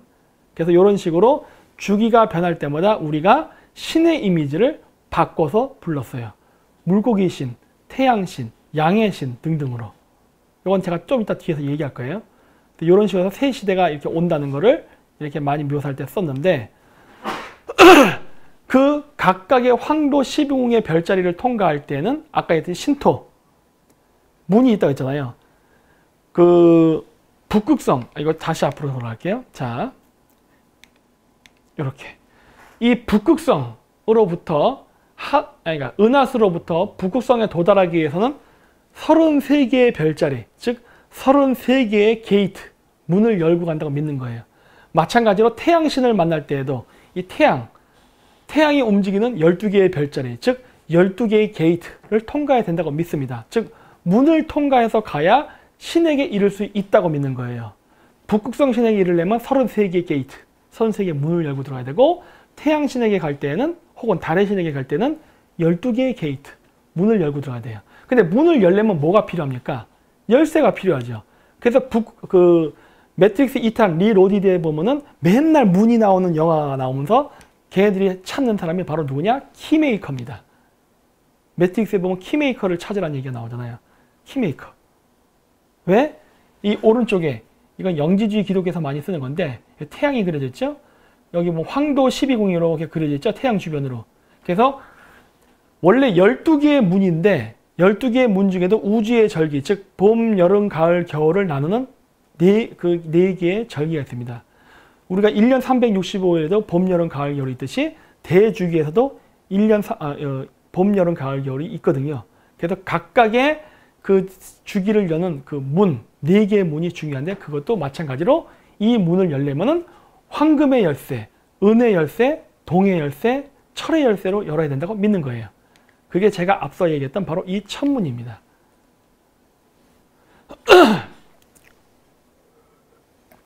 그래서 우리가 살고 있는 인간의 시대는 지금으로부터 약 12,000년 전 북극성이 베가라고 써있을 때, 여기 내가 노란색으로 칠했죠? 그때를 우리는 황금시대라 불렀어요. 그 이후부터 북극성이 점진적으로 용의 자리, 뭐 곰의 자리 이렇게 이동을 해갖고 이제 가는데, 그래서 우리가 그 절기를 할 때 금, 은, 동철, 금, 은, 동철 이렇게 나옵니다. 봄, 여름, 가을, 겨울, 봄, 여름, 가을, 겨울. 지금은 철의 시대예요. 그래서 고구려의 국호가 최초로 건국했을 때 다물이었습니다. 그게 다물을 또 우리나라 역사학자들은 뭐 과거의 영토를 되찾는다, 따먹는다 뭐 이런 식으로 막 한국말을 갖다 붙이는데 아닙니다. 연호는 말 그대로 천문과 관련된 거예요. 그렇기 때문에 연호는 천문학적 의미에서 붙입니다. 다물은 몽골어의 쇠를 상징하는 투무르, 그 다음에 투르크어로 쇠를 말하는 티무르에서 온 단어예요. 그거의 음차로 쓴 한자 문자가 다물입니다. 그래서 다물이란 말은 티무르, 즉 철을 상징해요. 그럼 왜 고구려가 개국을 하면서 철이란 단어를 연호로 썼느냐? 고구려가 존재했던 시대가 철의 시대, 물고기자리 시대 아닙니까? 지금서부터는 물병자리 시대로 넘어가면서 이제 황금 시대, 즉 골든 에이지로 넘어가고 있는 거거든요. 그러니까 이제 철의 시대가 끝내고 황금의 시대가 오는 거죠. 그래서 그런 식으로 말을 하는 겁니다. 말을. 예? 근데 이게 후세 사람들은 원래 천문에서 비롯됐다는 이 의미를 잊어버리고 이거를 인격신이라던가 이런 걸로 우상 숭배화해갖고 지금 왜곡이 됐죠. 하지만 원래는 그런 의미가 아니에요. 그래서 이렇게 새 시대를 열기 위해서 이 매트릭스 영화가 뭐예요? 네오를 통해서 세상을 구원하려는 그런 영화잖아요. 그래서 모피우스가 거기에 대해서 안내를 하고 그렇기 때문에 이러한 신을 만날 때 이렇게 게이트를 여는 게 이렇게 나옵니다. 그래서 매트릭스 영화에서 갑자기 키메이커가 나오면 이상하게 생각하지 마세요. 그리고 이렇게 키메이커가 나온 영화가 하나 더 있죠. 우리나라의 설국열차지요. 설국열차도 보면은 이게 열차가 전 지구를 순환 반복해서 돈다고 이렇게 얘기를 하죠. 열차로 묘사합니다. 그게 왜냐? 용을 상징하기 때문에 그래요. 용은 길잖아요. 그래서 용인데 그게 태양을 상징해요. 지구를 돈다고 했잖아요. 태양을 상징해요. 그건 좀 이따 제가 보여드릴 텐데 지구가 세차 운동을 하기 때문에 지구에서 봤을 때 태양이 이렇게 물결치는 것처럼 보입니다. 이렇게 물결치면서 가는 것처럼 보여요. 그래서 이거를 갖다가 고대에는 아시아인들이 용이 여의주를 물고 하늘에서 용이 이렇게 승천한다고 믿었어요. 그래서 설국열차는 그거를 묘사하기 위해서 만들었어요. 그러다 보니까 지구를 순환을 하는데 그거를 자동차가 아닌 열차로 묘사하죠. 왜? 용을 상징하니까. 그래서 열차의 맨 앞에 뭐가 있습니까? 바로 이 열차를 움직이는 원동력이 되는 심장, 즉 여의주를 물고 있는 걸 묘사하죠. 그래서 이 맨 뒷칸에 있는 사람들이 맨 앞쪽 칸을 가기 위해서, 즉 지도자죠. 일종의 북극성 아닙니까? 지도자, 그 이 세계의 최고의 신, 경영 관리자. 이를 만나기 위해서 이 설국열차에서도 제일 먼저 누구를 찾아요? 키메이커. 그렇죠? 그래서 걔가 이렇게 문을 따주잖아요. 그래서 문을 따면은 그 다음 칸, 그 다음 칸 이렇게 가는 걸로 묘사가 나서 거기서도 키메이커가 나옵니다. 근데 거기서 보면 설국열차에서 그 주인공이 누굽니까? 아편쟁이로 나오죠? 왜? 신을 만나러 갈 때 뭘 쓴다 그랬죠? 제가 각성제 쓴다 그랬잖아요. 그래서 맨 밑에 칸에서 맨 앞 칸, 즉 신기의 영역으로 갈 때 이런 걸 중지하는 이 키메이커도 그 설국열차에서는 그래서 마약 중독자로 나옵니다. 그래서 이게 영화가 그런 고대 샤머니즘을 묘사해서 만들었다는 게 보여요. 그래서 일관된 패턴을 갖고 있죠. 그래서 이건 불교 만다라의 그림인데 이 불교 만다라의 그림이 그래서 왜 나오게 되냐면은 요즘은 불교가 변형이 돼가지고 자꾸 부처를 이제 신으로 하면서 이렇게 자꾸 거기다 절을 하고 기도를 하는데 원래 석가모니는 신이 아닙니다. 깨달은 자지. 즉 각성한 자라는 소리예요. 각성한데 뭐가 필요하죠? 환각제. 그래서 그런지 몰라 석가모니 눈이 이렇게 개심치리하죠. 개심치리하죠. 뿅 갔죠. 뿅 갔어. 근데 이 각성이라는 의미인데 깨달은 자를 뜻하거든요. 이 깨달은 자를 뜻하는 걸로 나오는 거고 그래서 불경을 보면요. 전부 별에 대한 이야기가 나와요. 별. 억겁의 세월. 겁이란 게 천문 숫자 단위거든요. 인연, 몇 번 만날 수 있는 확률. 그러니까 일식과 월식 같은 거 얘기. 이런 것들이 많이 나와요. 그래서 우리 천체 물리학자들이 우주를 연구할 때 불경을 많이 연구합니다. 왜? 불경에 나온 내용을 바탕으로 해서 천문을 관측하면은 찾을 수 있는 게 많거든. 그래서 원래 불경은 천문에 관련된 내용들을 쓴 거예요. 그 천문의 원리를 인간사에 적용을 시켜서 만든 철학인데 이게 오늘날 완전히 왜곡돼서 기복신앙으로 지금 가고 있죠. 좀 안타까운데 어쨌든 그래서 불교에서 얘기하는 이 만다라는 바로 가운데, 그러니까 지구와 북극성, 이게 지구가 돌잖아요. 그러니까 지구에서 천문을 관측하기 때문에 지구를 중심으로 별을 보는 게 우리가 얘기하는 천문도예요. 지구를 중심으로 보는 거기 때문에 그래서 이 회전하는 축에 지구와 북극성 이 두 축을 중심으로 이렇게 돌면서 보이는 이 우주를 보는 우주관이 천문도입니다. 그래서 요 가운데 북극성을 결정하는 5개의 별자리 혹은 6개의 별자리를 중심으로 황도 12궁이 있는 게 이게 착착 시간이 돌아갈 때마다 톱니바퀴처럼 맞아지면서 어떤 새로운 게이트, 문이 열린다고 믿는 거예요. 바로 요 천문 그림. 이 천문 그림을 상징화해서 만드는 게 만다라라는 그림입니다. 시간에 대한 개념이에요. 시간에 따라서 새로운 절기, 새로운 시대가 열리면 새로운 각성이 필요하다는 이야기를 하는 거예요. 원래는. 그래서 원래는 이렇게 북극성을 결정하는 가운데에 5개의 별자리와 그리고 그 주변을 넓게 감싸고 있는 황도 12궁의 별자리, 요 관계예요. 그래서 이게 서로 돌아가면서 이가 맞물리면서 새로운 주기가 열린다고 보는 거예요. 앞으로 물병자리 시대는 곰자리와 물병자리 시대가 같이 맞물려서 움직이는 요 시기고, 그 다음 2000년의 세월이 지나면은 물병자리니까 염소자리와 세페우스가 북극성이 돼서 움직이는 시대예요. 그 다음은 궁수자리, 그리고 세페우스, 그 다음은 정갈자리, 그리고 백조자리, 이런 식으로 착착착착 톱니바퀴 결합해서 움직이듯이 그거를 상징해서 만든 게 큐브라는 영화죠. 큐브에 보면 서로 조합에 따라서 새로운 문이 열리고 새로운 방이 열리죠. 물불 바람을 상징하는 불의 방, 뭐 얼음의 방, 이런 것들 막 나오잖아요. 그래서 막 사람 죽이고 막 이런 거 나오죠. 그게 상징적으로 나오고, 여기서도 눈으로 묘사하죠. 큐브 영화에 보면. 그렇죠? 저 눈은 뭘 상징한다? 북극성. 그렇죠? 그래서 이런 식으로 영화 속에 북극성을 상징하는 것들이 많이 나옵니다. 근데 북극성은 생명을 창조한다고 하는데 공포 영화에서도 큐브가 나와요. 이 공포 영화, 큐브는 공포 영화예요. 그거 왜 그래요? 바로 북극성이라는 별이 갖고 있는 2가지의 기능이죠. 생명의 창조와 생명의 파괴. 그렇기 때문에 살인에 관련된 영화, 즉 공포 영화에서도 당연히 눈깔도 나오고 공포 영화, 사람을 죽이는 장면도 나옵니다. 왜? 바로 북극성은 바로 2가지 기능을 갖고 있다 보기 때문에. 그리고 큐브라는 거는 육각, 정육각 그 체를 상징하잖아요. 근데 숫자 6은 뭐랑 상관이 있다? 북극성.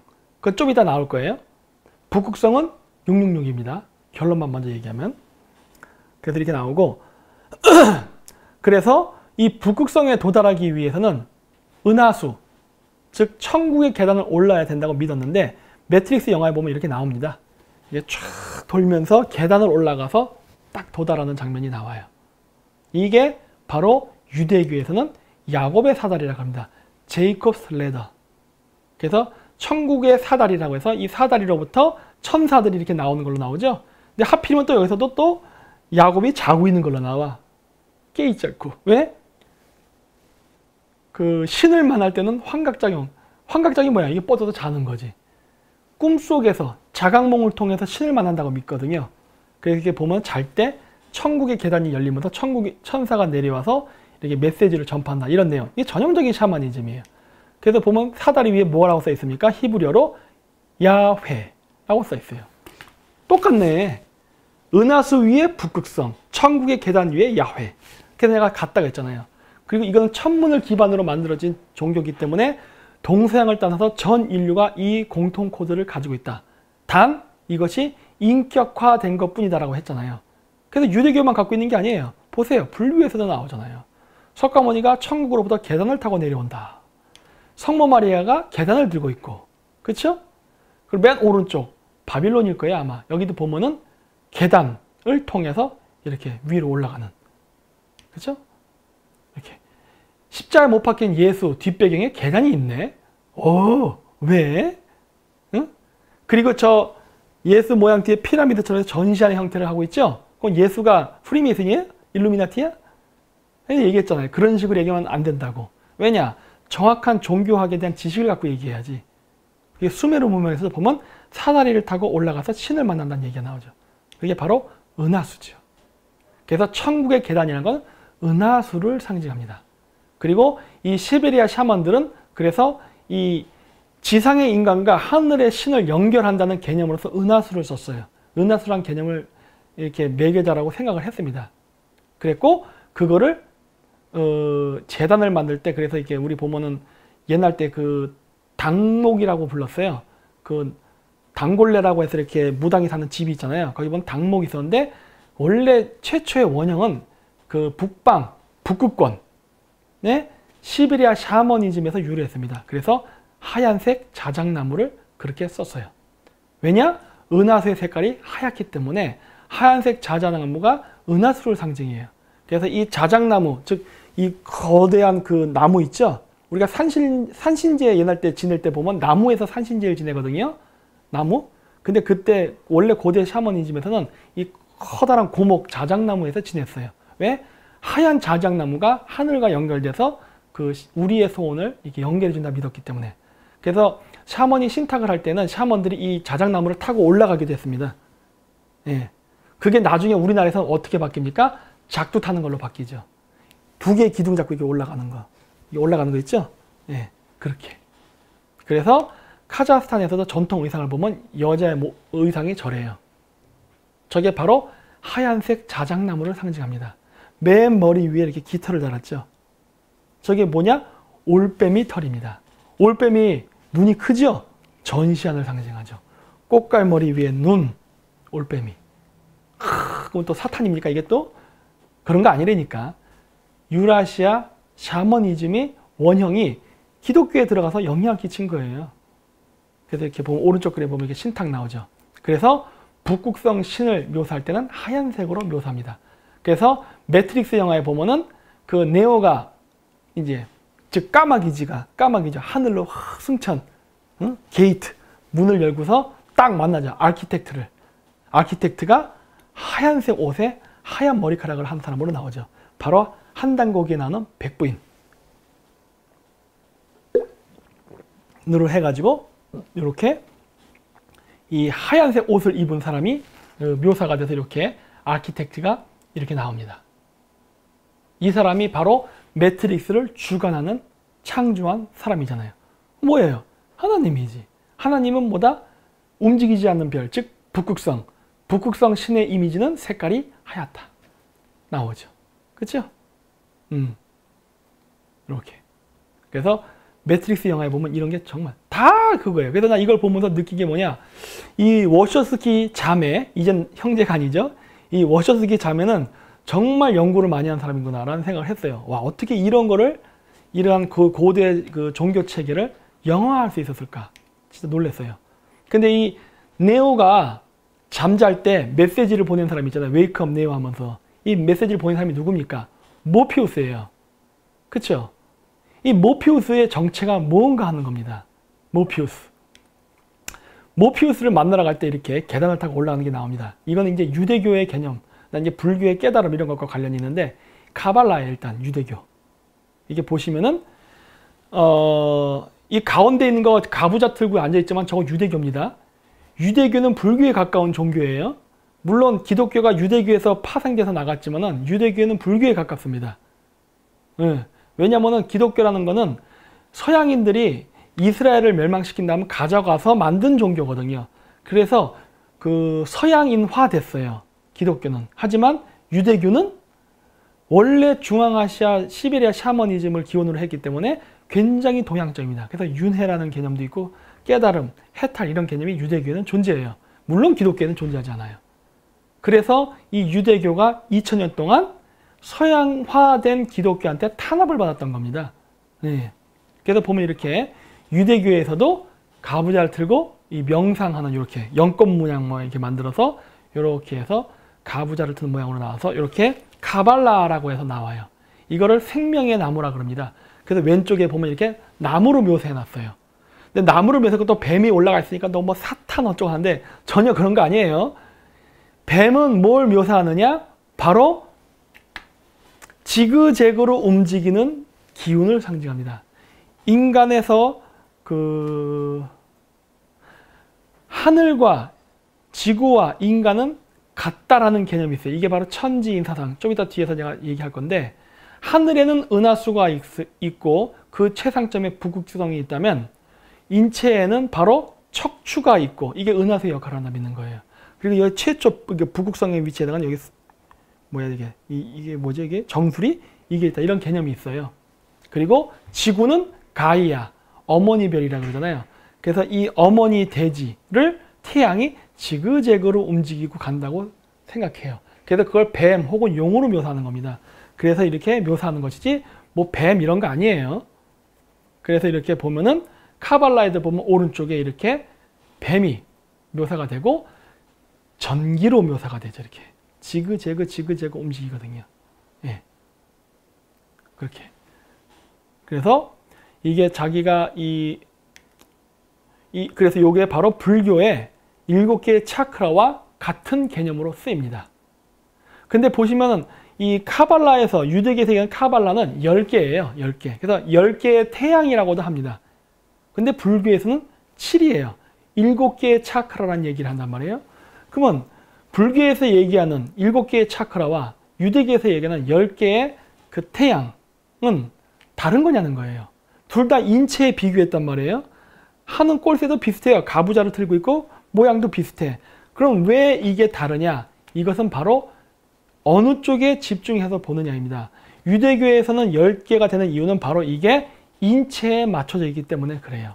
바로 보시면 맨 꼭대기 왕관 차크라 불교에서는 거기에 해당하는 지역에 바로 케테르가 있고 그 밑에는 2개로 나뉘는데 이게 왜냐? 이게 좌뇌 우뇌 2개가 있잖아요. 2개가 존재한다고. 그래서 2개. 그 다음 요 밑에 보면 여기도 2개가 있어요. 이거 왜 그래요?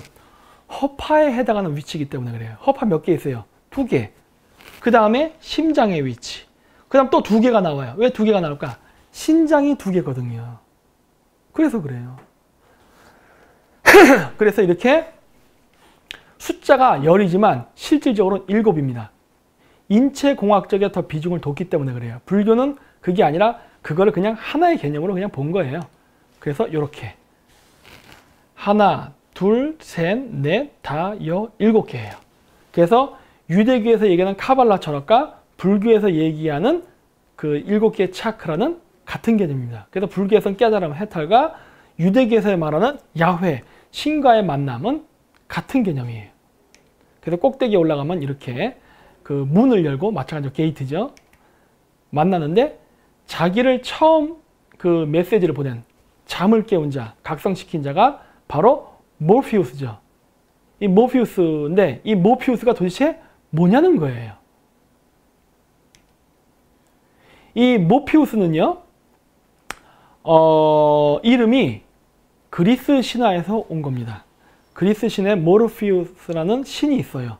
근데 이 모르피우스라는 신은 꿈의 신인데 이게 뭐 오늘날은 어떤 그 물건과 관련이 있는지 아십니까? 바로 모르핀입니다. 마약이에요, 마약. 왜?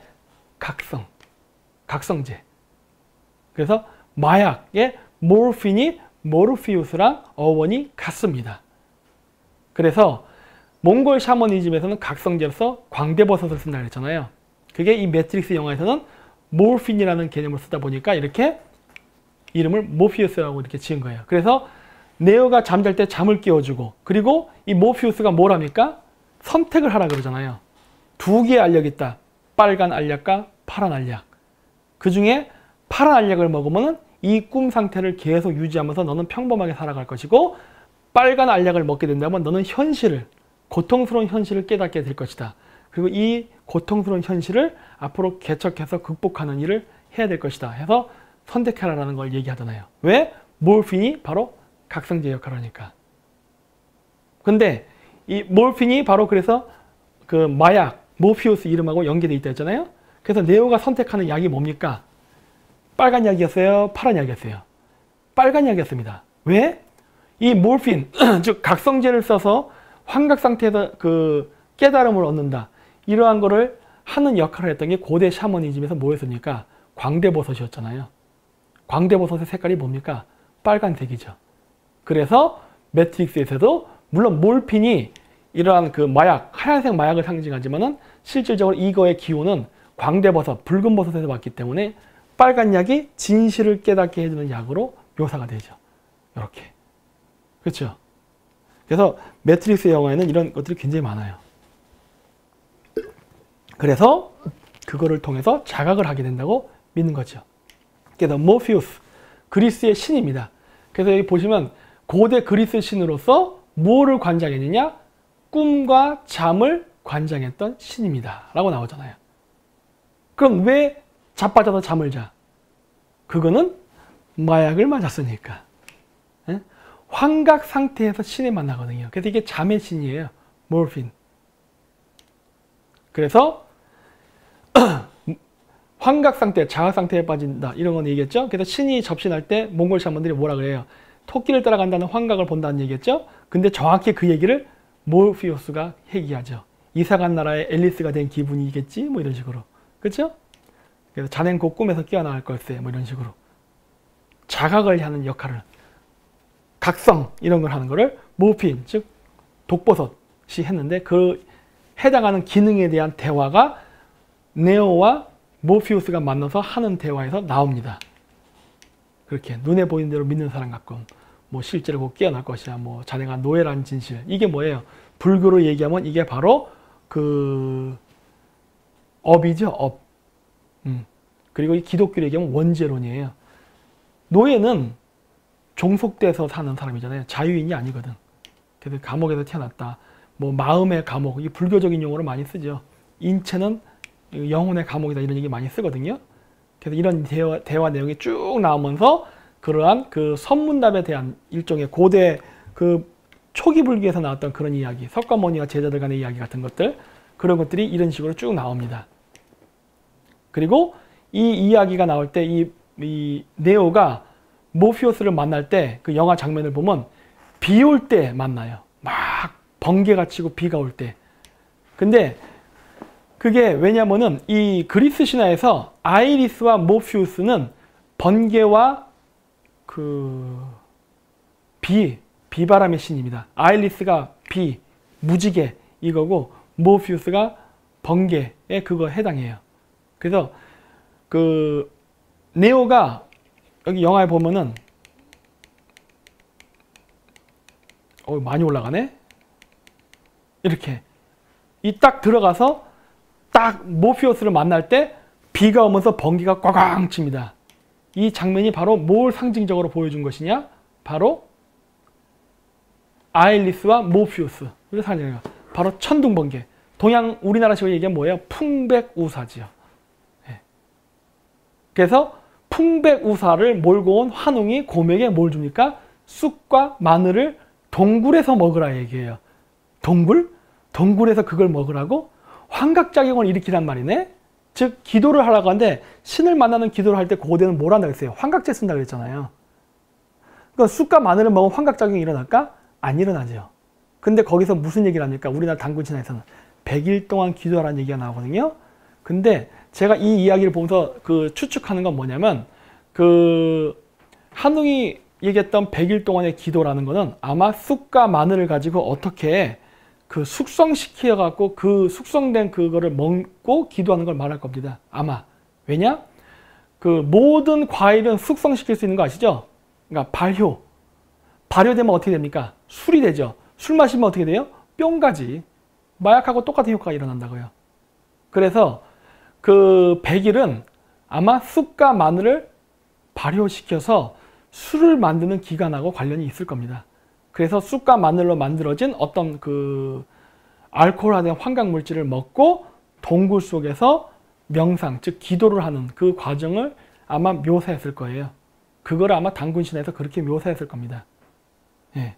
그래서 우리나라에도 이 묘사가 있어요. 그래서 여기 보시면 이제 네오가 앞으로 새로운 태양이 될 것이라는 게 이렇게 쭉 그 대화 속에 나옵니다.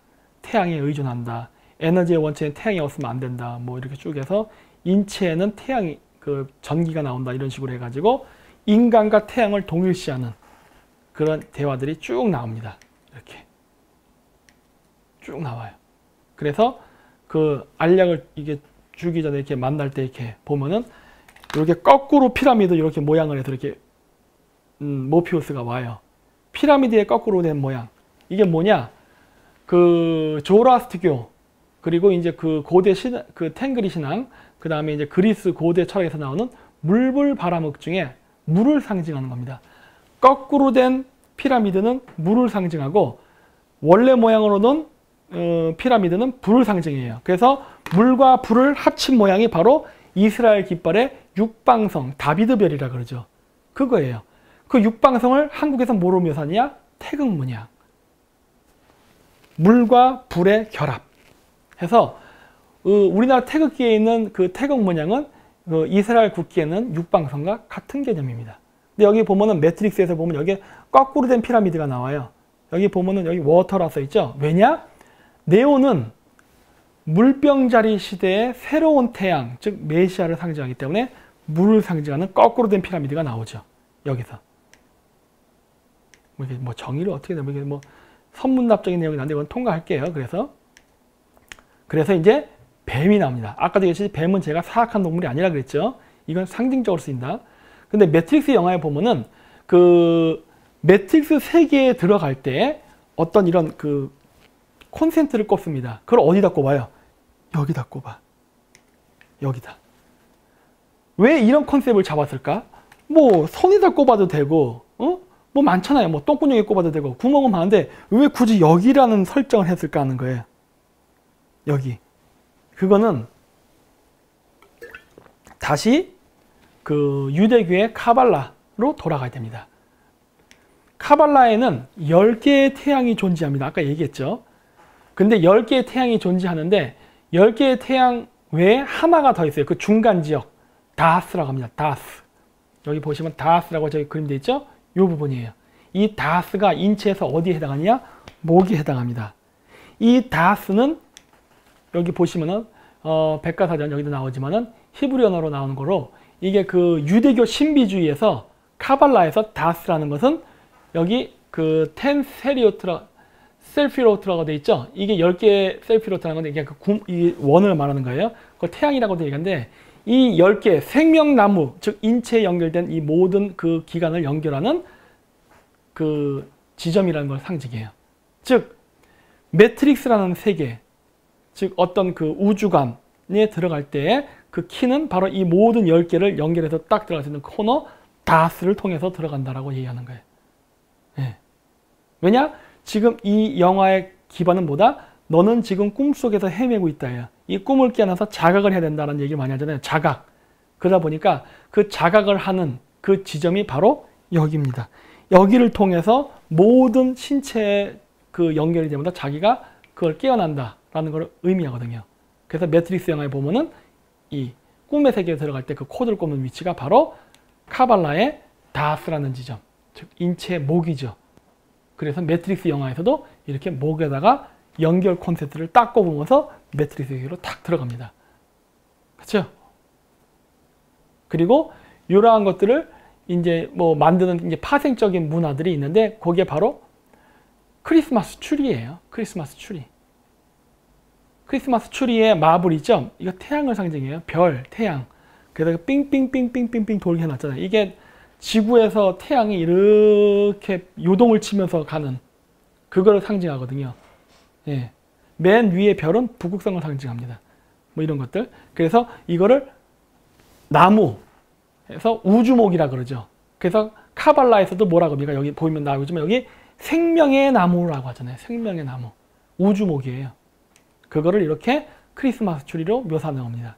이게 우리나라에서 당목이라고 해서 이 나무에다가 이렇게 막 장식하는 거 있죠. 그거예요. 그게 크리스마스 트리예요. 그게. 그리고 요 왼쪽에 레이디 가가 등 뒤에다 이렇게 장미를 그려놨죠.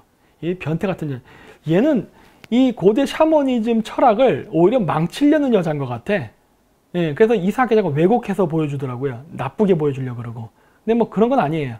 그래서 제가 가운데 이게 번개 모양 이렇게 해놓은 거 있죠? 레이디 가가 이 팔뚝에 보면 저 번개 문양이 있습니다. 노래하는 것 중에. 그게 저 카발라 저거 상징하는 거예요. 예. 이렇게 되는 거. 그래서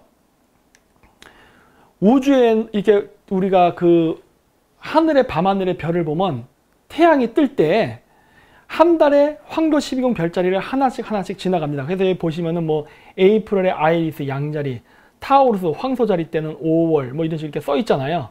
이렇게 해서 매달 태양이 황도 12궁 12개의 별자리를 지나가면서 이렇게 지나가는데 그거를 이렇게 시간을 관측하면요. 태양이 이렇게 지그재그로 파동치는 것처럼 보여요. 이렇게. 이 하늘을 보고 그 고대인들이 이 모습을 보고서 용이 여의주를 물고 이렇게 움직인다라는 말을 만든 거예요. 진짜 용이 여의주를 물고 어딜 날아갑니까? 그런 게 아니지. 이 태양이 움직이는 현상을 보고 만든 거예요. 그래서 하늘에는 태양이 지그재그 움직이고 땅에는 태양의 기운이 이렇게 지그재그로 움직인다. 그리고 인간의 몸속에는 이 척추가 은하에서 해냈잖아요. 이 동맥과 정맥이 위아래로 서로 피가 움직이면서 자기장이라는 게 발생합니다. 바로 이런 지그재그로 인간의 척추를 중심으로 이 자기장이 발생하거든요. 이 자기장이 발생함으로써 생명이 활성화된다는 생각이에요. 그래서 우주와 지구와 인간은 같은 원리로 작동된다 해서 이게 바로 우리가 얘기하는 천지인 사상입니다. 그래서 탱글신에도 보면 인간 여인의 몸에다 이렇게 뱀을 꼬아 모은 걸로 묘사가 되는데 이건 무슨 서양 기독교에서 얘기하는 무슨 사탄이 어쩌죠 그런 개념은 아니에요.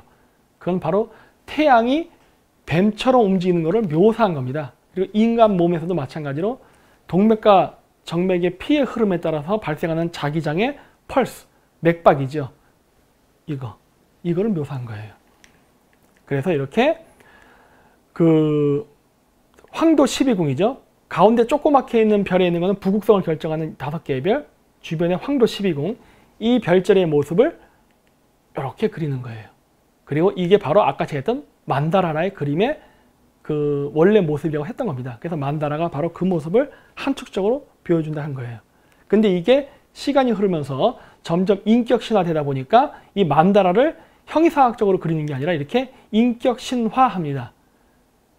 그래서 가운데 석가모니를 중심으로 4명의 승려가 배치되죠. 그게 바로 요거죠. 여기 있겠는데 여기 보시면은 아까 앞쪽 황도 12궁에서 보여드렸을 거예요. 12개의 별자리 중에 우주의 봄, 여름, 가을, 겨울을 나누는 4개의 게이트, 즉 4개의 별자리 있댔잖아요. 그게 뭐예요?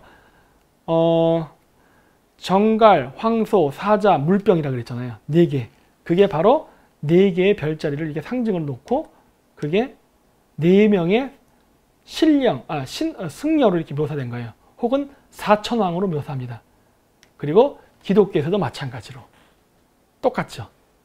그래서 요거를 만다라라 불러요. 불교에서. 이거 만다라라 부릅니다. 이거 카톨릭에서 이렇게 그려놓고 뭐라 불러요? 만도리아라 부릅니다. 같은 개념이죠. 그래서 여기 보시면은 황소자리, 사자자리 나왔네. 황소자리, 정갈자리, 사자자리, 물병자리. 그렇죠? 그 가운데에 예수, 즉 북극성의 자리에 예수가 있다라고 묘사하잖아요. 그리고 왜 이렇게 타원형으로 된다 그랬죠? 제가 얘기했죠? 은하수와 황도가 지나가는 모양이 이렇게 다이아몬드처럼 보인다. 그 가운데는 북극성이 있다. 그래서 그걸 전시안이라고 묘사한다 그랬잖아요. 이렇게 묘사한단 말이에요. 똑같잖아요. 그래서 이렇게 영지주의 기독교에서도 이렇게 황도 12궁을 해갖고 인체에다 이렇게 묘사하죠. 그래서 인간이 곧 하늘이다. 인내천 사상. 그렇죠?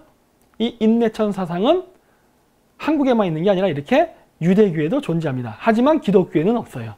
기독교에서는 신과 인간을 분리시켜 버렸습니다. 그렇지만은 유대교까지는, 그러니까 서양인들이 유대교를 가져가기 이전까지는 유대교에서도 신과 인간은 일체화돼서 보는 개념이 있어요. 즉 내가 소우주다예요. 저기는 대우주, 여기는 소우주. 이렇게. 그래서 마에트리아, 미륵, 메시아의 재림 이렇게 얘기하는데 이게 뭐냐면 그 고대 탱그리 사상에 의하면은 하늘의 기운을 받아서 인간이 지상에 태어나서 이 세상을 구원한다는 생각이 있어요. 네, 그래서 이런 생긴 건데 이거를 이제 그 힌두교라든가 이 고대 종교에서는 마에트리아라 불렀고 이게 우리나라에서 이제 범어 한자로 번역되면서 미륵이란 단어가 된 거고 이게 유럽에 가서는 메시아라는 단어가 된 겁니다. 그래서 보시면 뭐 매트릭스가 건설될 때 안에서 태어난 자가 있었지, 뭐 그는 원하는 바를 바꿀 수 있는 능력이 있었어, 매트릭스를 보기에 합당하게 바꿀 수 있었지, 뭔가 신의 이미지죠. 이 세상을 창조했고 합당하게, 즉 신이 보기에 좋게 만든다. 창조자의 이 메시지를 말을 얘기하잖아요. 그가 최초로 우리를 풀어주고 구원해주고 진실을 가르쳤지. 뭐 매트릭스가 존재하나 인류는 자유를 얻지 못해. 그가 죽은 후 오라클은 그의 재림을 예언했지. 이게 지금 예수에 대한 이야기잖아요. 예수에 대한 이야기를 이렇게 매트릭스에 비유해서 했죠. 근데 사실은 이건 예수에 대한 이야기만은 아니에요. 이거 원래 고대 태양의 부활을 얘기하는 탱그리 사상의 이야기. 근데 그 얘기했던 게 바로 오라클입니다. 오라클이 뭐예요? 문유 아니에요. 무당. 그래서 보세요. 여기도. 제가 아까 커피 얘기했었죠? 이렇게 어두침침한 곳에 이렇게 오라클, 무녀가 있었단 말이에요. 이렇게 샤먼이죠. 그래서 신의 메시지를 받는 역할을 하는 거예요. 그러니까 그 뭐예요? 신의 메시지를 무녀를 통해서 이야기한다. 이 개념이 아까 매트릭스에서 모피우스가 얘기하는 그 내용이에요. 그래서 이 새로운 그 구세주가 다시 재림할 것이다 라는 식으로 메시지를 남기는 게 나오죠. 그래서 그게 매트릭스를 파멸시키고 전쟁을 종식시킴으로써 인류를 구원할 것이다 그런 얘기하는데, 그게 뭐냐, 과거의 틀이 깨지고 새로운 틀이 형성된다예요. 네. 그래서 이건 천문과 관련이 있고, 이렇게 탱그리의 부활주기, 이건 아까 얘기했죠. 별자리가 이동하면 신의 이미지는 변한다. 그래서 1년 365일, 1년 동안 태양의 생명 주기는 365일입니다. 고대인들은 12월 21일 동지가 되면 태양이 죽는다고 믿었어요. 그러니까 12월 20, 그러니까 태양의 수명은 365일이고 12월 21일 날 태양이 죽었다가 22, 23, 24, 3일 동안 태양이 안 떠서 암흑의 시대를 가지고 있다. 25일이 되면 다시 태양이 뜨면서 부활을 한다 믿었어요. 그래서 항상 태양은 죽었다가 다시 부활하고 죽었다가 다시 부활한다고 믿는 거예요. 그게 바로 소주기인 365일에서도 그래요. 그리고 대주기, 태양이 황도 12공을 지나가는 대주기 25,920년이거든요. 그 주기에서도 태양이 이 별자리에서 다음 별자리로 이동하는 대주기의 새천년의 변혁의 시기가 되면 새로운 메시아가 온다라고 믿는 거예요. 그래서 그러한 이미지가 만들어집니다. 이건 제가 나중에 따로 또 좀 상세히 설명할게요. 그래서 이렇게 고대인들은 황소자리 시대에는 황소자리를 상징하는 메시아가, 양자리에는 양자리를 상징하는 메시아가, 물고기 자리에는 물고기 자리를 상징하는 메시아가, 그 다음 물병 자리에는 물병 자리를 상징하는 메시아가 태어난다고 믿는 거예요. 그리고 그 메시아는 반대편 별자리의 기운을 받아서 태어난다고 믿었습니다. 그래서 여기 보면은 황소자리의 기운을 받아 태어난 메시아는 정갈자리의 영향을 받는다예요. 근데 보면 여러분 그 헐리우드 영화 중에 보면 정갈왕 있죠? 스콜피온 킹 이런 거. 그게 뭐예요? 황소자리 시대의 이집트의 파라오의 이야기예요. 양자리, 천칭. 그래서 보면 뭐 과거에 죄를 지면 뭐 죄를 이렇게 뭐 무게를 전다 이런 얘기 나오죠? 물고기 자리는 처녀.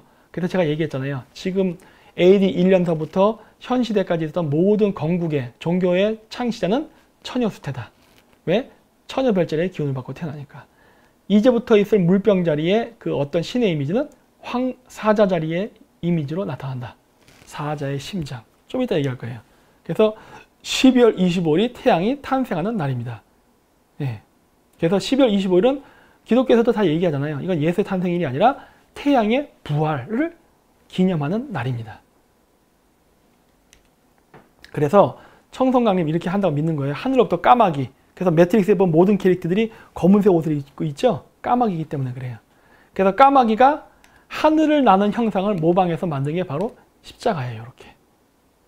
그래서 카자흐에 있는 케레이족들, 한국말로 결해 혹은 고려, 가라, 가야라는 소리죠. 얘네들은 바로 까마귀를 상징하는 부족입니다. 바로 제사장 부족이라는 소리예요. 신과 인간을 연결하는. 그래서 보면 그 중앙아시아 샤머니즘의 탱그리 사상, 하늘의 신이 어떻게 지상의 인간의 반신반인으로 태어나는가 라는 신화를 보면 오즈라고 해서 신이 지상으로 이렇게 내려오는데 어떤 뜻을 펼치기 위해서 내려올 때는 인간의 여인의 몸을 빌려서 탄생해서 인간의 지도자가 되고 이 모든 일이 끝나면 다시 하늘로 승천한다고 믿는 거예요. 그리고 이것을 계속 반복한다고 믿는 겁니다. 그거를 상징적으로 보여주는 게 십자가예요. 근데 이거 기독교랑 똑같죠? 왜? 이 사상이 그대로 들어갔기 때문에 그래요. 그랬고 그 지상의 지도자는 바로 하늘의 남성신과 여성신이 합궁, 즉 일식, 월식을 통해 태어난 자라고 보는 거예요. 근데 그 자식이 뭐라 그런댔죠? 금성이라고 그랬잖아요. 태양 주변을 가까이 이렇게 도는. 그래서 그 금성이라고 부르는데 이게 왜 중요하냐? 이 몽골 깃발 중에 이 초생달과 금성이 있습니다. 그걸 소연보라 불러서 소연이라 그래요. 그 소연이라는 말은 그 히브리 단어로는 솔로몬, 살만, 숄판, 그게 샤먼이라는 단어랑도 연결돼요. 샤만이라고도 하고 그게 고구려의 세계는 졸본, 철몬, 주몽, 그리고 또 하나 더 있습니다. 일본, 재팬. 저것도 있어요. 그래서 그게 뭐냐? 바로 금성을 상징합니다. 몽골 말로 철문이 금성이에요. 금성은 뭐다? 하늘의 남성신과 여성신의 결합으로 태어난 자라는 소리예요. 금성이죠. 그래서 그 지배자를 금성이라 불러요. 그리고 그렇게 했기 때문에 인간과 신을 연결하는 매개자가 지도자라고 그랬잖아요. 그게 샤먼이잖아요. 그 샤먼이라는 단어 자체가 금성이라는 단어에서 온 거예요. 신의 아들. 근데 1번이라는 글자는 뭐예요? 해일자의 근본 문자죠. 태양의 근본. 태양이 근본으로 가면 뭐가 됩니까? 금성이거든요. 금성이 성장해서 태양이 된다고 믿는 거거든. 그래서 일본의 국호인 일본이란 말도 바로 졸본과 관련이 있습니다. 왜? 일본의 토치 계급은 부여족으로부터 갔거든요. 졸본 부여로부터. 그래서 졸본이라는 단어의 변형된 발음. 졸본은 골본, 홀본 이렇게 여러 가지 발음이 있거든요. 홀본이 일본으로 변한 거예요. 예. 그랬고 그 사람들은 바로 이렇게 금관을 썼죠. 그래서 이 매트릭스에 나오는 이야기에서 나오는 그 어떤 그 신앙 메시아적 사고 방식은 그 세계관은 그 고대 샤머니즘 종교관하고 관련이 있는데 그 고대 종교관은요 2가지가 존재했습니다. 그게 뭐냐? 첫 번째는 북극성 신앙이에요. 아까 했던 은하수. 은하수를 타고 그 북극성 신을 만난다. 하나님을 만난다. 천국의 계단을 올라가서 야훼를 만난다. 이런 얘기를 했잖아요. 그래서 이 북극성 신앙에서는 하나의 유일신, 전시안에 해당하는 하나의 신이 있고 그 신을 만나고 왔다 갔다 한다는 개념이에요. 그래서 이게 바로 수직적 관계입니다. 신과 인간이 서로 이렇게 수직적 관계로 있는 거예요. 그러면서 왔다 갔다 한다고 해서 이거를 바로 불교에서는 뭐라 그래요? 북극성에서부터 인간의 생명이 온다고 믿는다고 했잖아요. 그러니까 생명이 북극성으로부터 내려왔다 죽으면 다시 올라가고 다시 내려왔다 올라가고 내려갔다 올라가고 즉 반복된다고 보는 거예요. 그래서 이걸 불교에서는 이거를 윤회라고 하는 거예요. 그래서 윤회관이라고 하는 거예요. 그래서 이 북극권은 지구가 23.5도 기울었기 때문에 북위 90도는 정확하게 북극을 지향하고 있지 않습니다. 기울었기 때문에 기운 만큼 이적이 수직이에요. 여기가 진북 방향이에요. 진북 방향은 어디냐? 북위 90도 빼기 23.5도 해서 여러분들이 맨날 악마의 숫자라고 얘기하는 666입니다. 북위 66.6도예요. 여기가 북극성의 기운을 가장 많이 받는다고 믿는 지역이에요. 근데 이 지역이 바로 술록의 거주지입니다. 그래서 북극성 신앙을 가진 사람들은 술록의 뿔을 써요. 신라 왕관도 술록뿔 쓰죠. 그래서 이렇게 북극성 신앙은 상하 관계를 갖습니다. 그래서 신라에는 골품 제도가 있었습니다. 신분 계급을 나누죠. 북극성을 중심으로 한 가운데 왕, 북극성보다 좀 먼 곳의 귀족, 좀 더 먼 곳의 평민, 더 먼 병반은 노예라고 보는 거거든요. 그게 바로 북극성을 중심으로 보는 세계관, 우주관이 인간 세계의 정역이 되면서 인간의 신분제도를 만들어내죠. 그래서 여기서 북두칠성은 무엇을 상징하냐면 바로 하느님인 북극성과 인간을 연결하는 매개자의 별로서 그 역할을 한다고 믿었습니다. 그래서 우리나라에 맨날 절 뒤에 가면 산신각 이런 거 있죠? 이런 데 가면은 칠성각이 있잖아요. 그 칠성각이 칠성, 즉 북두칠성을 상징해요. 북두칠성은 지상의 인간과 하늘의 북극성, 즉 하나님을 연결하는 연결 매개자라는 개념으로 이렇게 생각이 됐어요. 그래서 숫자 7이 나옵니다. 그래서 이 북두칠성 자체가 국자처럼 생겨서 선녀 나무꾼에도 보면은 선녀가 날개옷을 달고 이렇게 하늘에 승차할 때 두레박을 타고 올라간다는 얘기가 나와요. 그 두레박이 북두칠성을 상징합니다. 그래서 두레박을 타고, 즉 북두칠성을 타고 하늘로 올라가서 북극성, 즉 천국에 올라간다라는 이야기가 만들어진 거예요. 그래서 북극권, 북위 66.6도에는 이렇게 술록이 있습니다. 그래서 옛날 때 왕들은 하얀 술록을 탔어요. 하얀 술록을. 왜? 북극성 신앙이니까. 북극성 신앙에서 최고의 지도자, 신의 이미지는 흰색이기 때문에 하얀색 술록을 탔어요. 그랬고 이 술록불을 잘 보세요. 이 술록불을 잘 보시면은 요 오른쪽에 크게 요 된 거, 요 문양 오른쪽에, 그리고 왼쪽에 보면 길게 가지처럼 뻗어 있죠. 그 술록 뒤쪽에 길게, 그게 바로 뭐냐? 신라 왕관입니다. 신라 왕관은 우리가 출자 모양이라고 하죠. 출자가 아니라 술록의 앞에 뿔머리예요. 이거 보세요. 이거 앞에 오른쪽 그림. 딱 보면 누가 봐도 이거는 출자 모양으로 보이죠? 이게 앞에 형상화 된 거고, 이 신라 왕관 뒤쪽에 있는 이 모양은 바로 술록의 뒷뿔, 저거를 형상화한 거예요. 똑같죠? 술록의 뿔을, 고대에는 이 북위 66.6도에 살던 북극성 신앙을 이렇게 관장했던 하얀색 옷에 하얀색 술록을 탔던 샤만들이 이 술록의 뿔을 이렇게 머리에 썼다고요. 그래서 자기가 북극성 신과 중간에 매개자의 역할을 한다는 개념으로서 상징적인 의미로 술록의 뿔을 썼는데, 인류의 문명이 발달하면서 이 술록뿔을 쓰는 게 아니라 그 발달된 제철, 재련 기술을 가지고 황금을 녹여가지고 이렇게 왕관을 쓴 거예요. 이게 바로 신라의 왕관입니다. 그래서 신라의 왕관은 바로 술록뿔과 관련이 있는 거예요. 그렇죠? 그래서 이렇게 쓰는 신앙이 이렇게 오른쪽 그림에도 보면 보이죠? 저기 보시면 저렇게 머리에 술록의 뿔을 쓰는 그런 종교적 샤먼들이 있었어요. 그래서 내가 맨날 얘기할 때 신라와 가야의 지배계급은 종교계급이 만든 나라고 고구려는 무사계급이 만든 나라라는 얘기를 자꾸 내가 계속했던 이유가 바로 이 왕관의 양식 때문에 그렇습니다. 그래서 이렇게 중앙아시아에서는 술록뿔을, 후대의 한국은 술록뿔을 이렇게 금관으로 형상화해서 썼고, 그리고 이제 유대교는 그 메노라라고 해서 저렇게 촛대로 만들고, 그 오딘, 바이킹족들은 저렇게 촛대를 머리에 쓰는 형식으로 해서 이렇게 술록관의 뿔을 형태를 이렇게 이미지화해서 썼단 말이에요. 시대가 흐르면서 문화가 점점 변천을 하지만 근본 뿌리는 같습니다. 그래서 남쪽으로 많이 내려온 신라인들은 더 이상 술록이 존재하지 않으니까 이렇게 그 천마, 하얀 백마를 이렇게 그렸습니다. 그리고 왕은 백마를 탔어요. 그랬는데 이 천마다에 나오는 이 배경 있잖아요. 바탕, 이 나무가 시베리아산 자작나무입니다. 왜 시베리아산 자작나무를 썼을까요? 아까 제가 뭐라 그랬습니까? 우주목, 신목은 뭐로 옛날 때 생각했나 했어요. 북위 66.6도 툰투라 타이가 산림지대에 사는 하얀색 자작나무였거든요. 그랬으니까 남쪽으로 내려온 신라인들이 그 시베리아산 자작나무를 가져와서 관을 짜고 거기 백마를 그린 거예요. 그래서 자신의 왕이 죽어서 다시 자작나무를 타고 백마를 타고 북극성으로 돌아가라는 의미에서.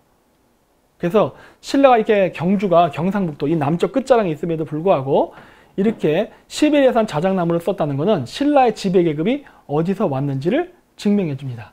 그래서 이 북극성 신앙은 수평적 관계를 갖고 있어요. 그래서 봉건제도적 질서가 존재합니다. 신분 질서가. 근데 여기에 대항해서 나온 또 하나의 그 신앙 체계가 뭐냐면 플레아디스 신앙이라는 거예요. 플레아디스라는 별이에요. 이것도 다. 그러니까 모든 건 얘기하잖아요. 별에서 유래한 거라고. 별을 인격화시킨 거라고. 근데 이 플레아디스 신앙을 상징하는 게 바로 천지인 사상, 즉 인내천 사상이에요. 우리나라식으로 얘기하면. 이건 수평적 관계인데 뭐냐? 모든 종교에서 다 똑같은 형태를 취하고 있죠. 손의 모양을. 이것도 우리나라 음모론으로 가면 또 이게 또 사탄의 상징입니다. 그게 아니죠. 그게 아니라 이거는 뭐에 해당하는 거냐? 인간의 영혼은 북극성과 인간의 몸을 왔다 갔다 하면서 윤회한다고 본 거예요. 불교에서는. 이게 하면서 죄를 짓기 때문에 이걸 업이 쌓인다고 믿은 거고, 기독교에서는 이걸 원죄라고 하는 거예요. 과거의 죄. 그래서 계속 어떤 고통이 반복된다고 보는 건데, 이 플레아디스 신앙이라는 거는 이거를 벗어날 수 있다고 보는 거예요. 그게 불교에서 얘기하는 해탈 사상, 그리고 기독교에서 얘기하는 구원 사상이에요. 그거는 바로 마찬가지로 천문에서 기원한 겁니다. 하얀색이 은하수예요. 그리고 이렇게 노란색으로 이 빗금이 쳐져 있죠. 저게 태양이 지나가는 황도입니다. 황도. 은하수와 황도가 만난 두 지점이 있다고 그랬잖아요. 이 지점인데 인간의 영혼이 죽으면 북극성으로 가는 게 아니라, 그러니까 은하수를 타고 북극성으로 가는 게 아니라 은하수를 타고 플레아디스로 간다고 믿는 거예요. 이렇게. 그래서 이렇게 그 죽음의 강을 통해서 이렇게, 우리나라에서 황천강이라 그러죠.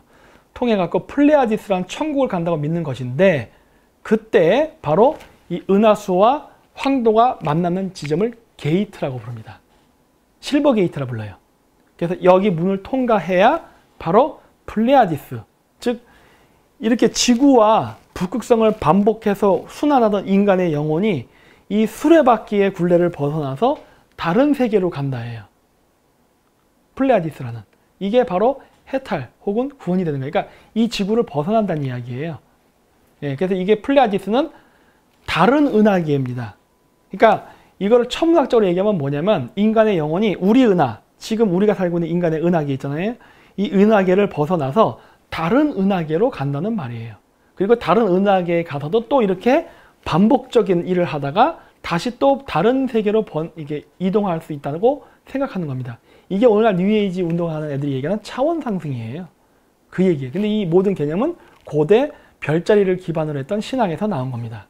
그래서 이렇게 이집트 무덤에 가면은 이 파라오 무덤 안에 이렇게 배를 그려놓거나 아니면 배에 그 유물을 집어넣어 놨어요. 왜 그랬느냐? 이 파라오가 죽으면 영혼이 죽음의 강, 즉 은하수를 타고 바로 그 플레아디스로 가게끔 하기 위해서 만든 거거든요. 그래서 우리나라에선 이거를 상여, 이 상여가 바로 배입니다. 그래서 다른 데 보면 이 상여를 배 모양으로 만들기도 해요.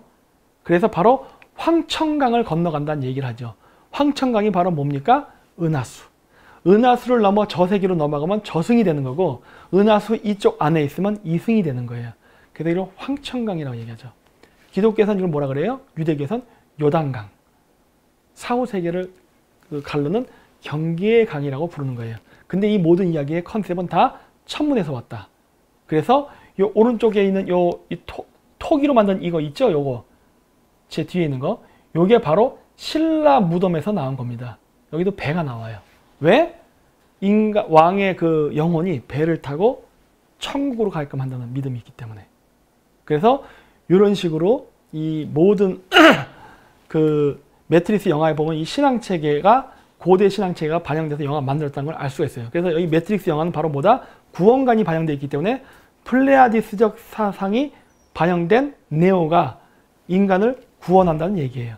근데 이 세상, 즉 매트릭스를 창조한 아키텍트를 만났는데 아키텍트가 그다지 착하지가 않죠. 굉장히 고압적이고 그 지배하는 개념으로 보잖아요. 왜?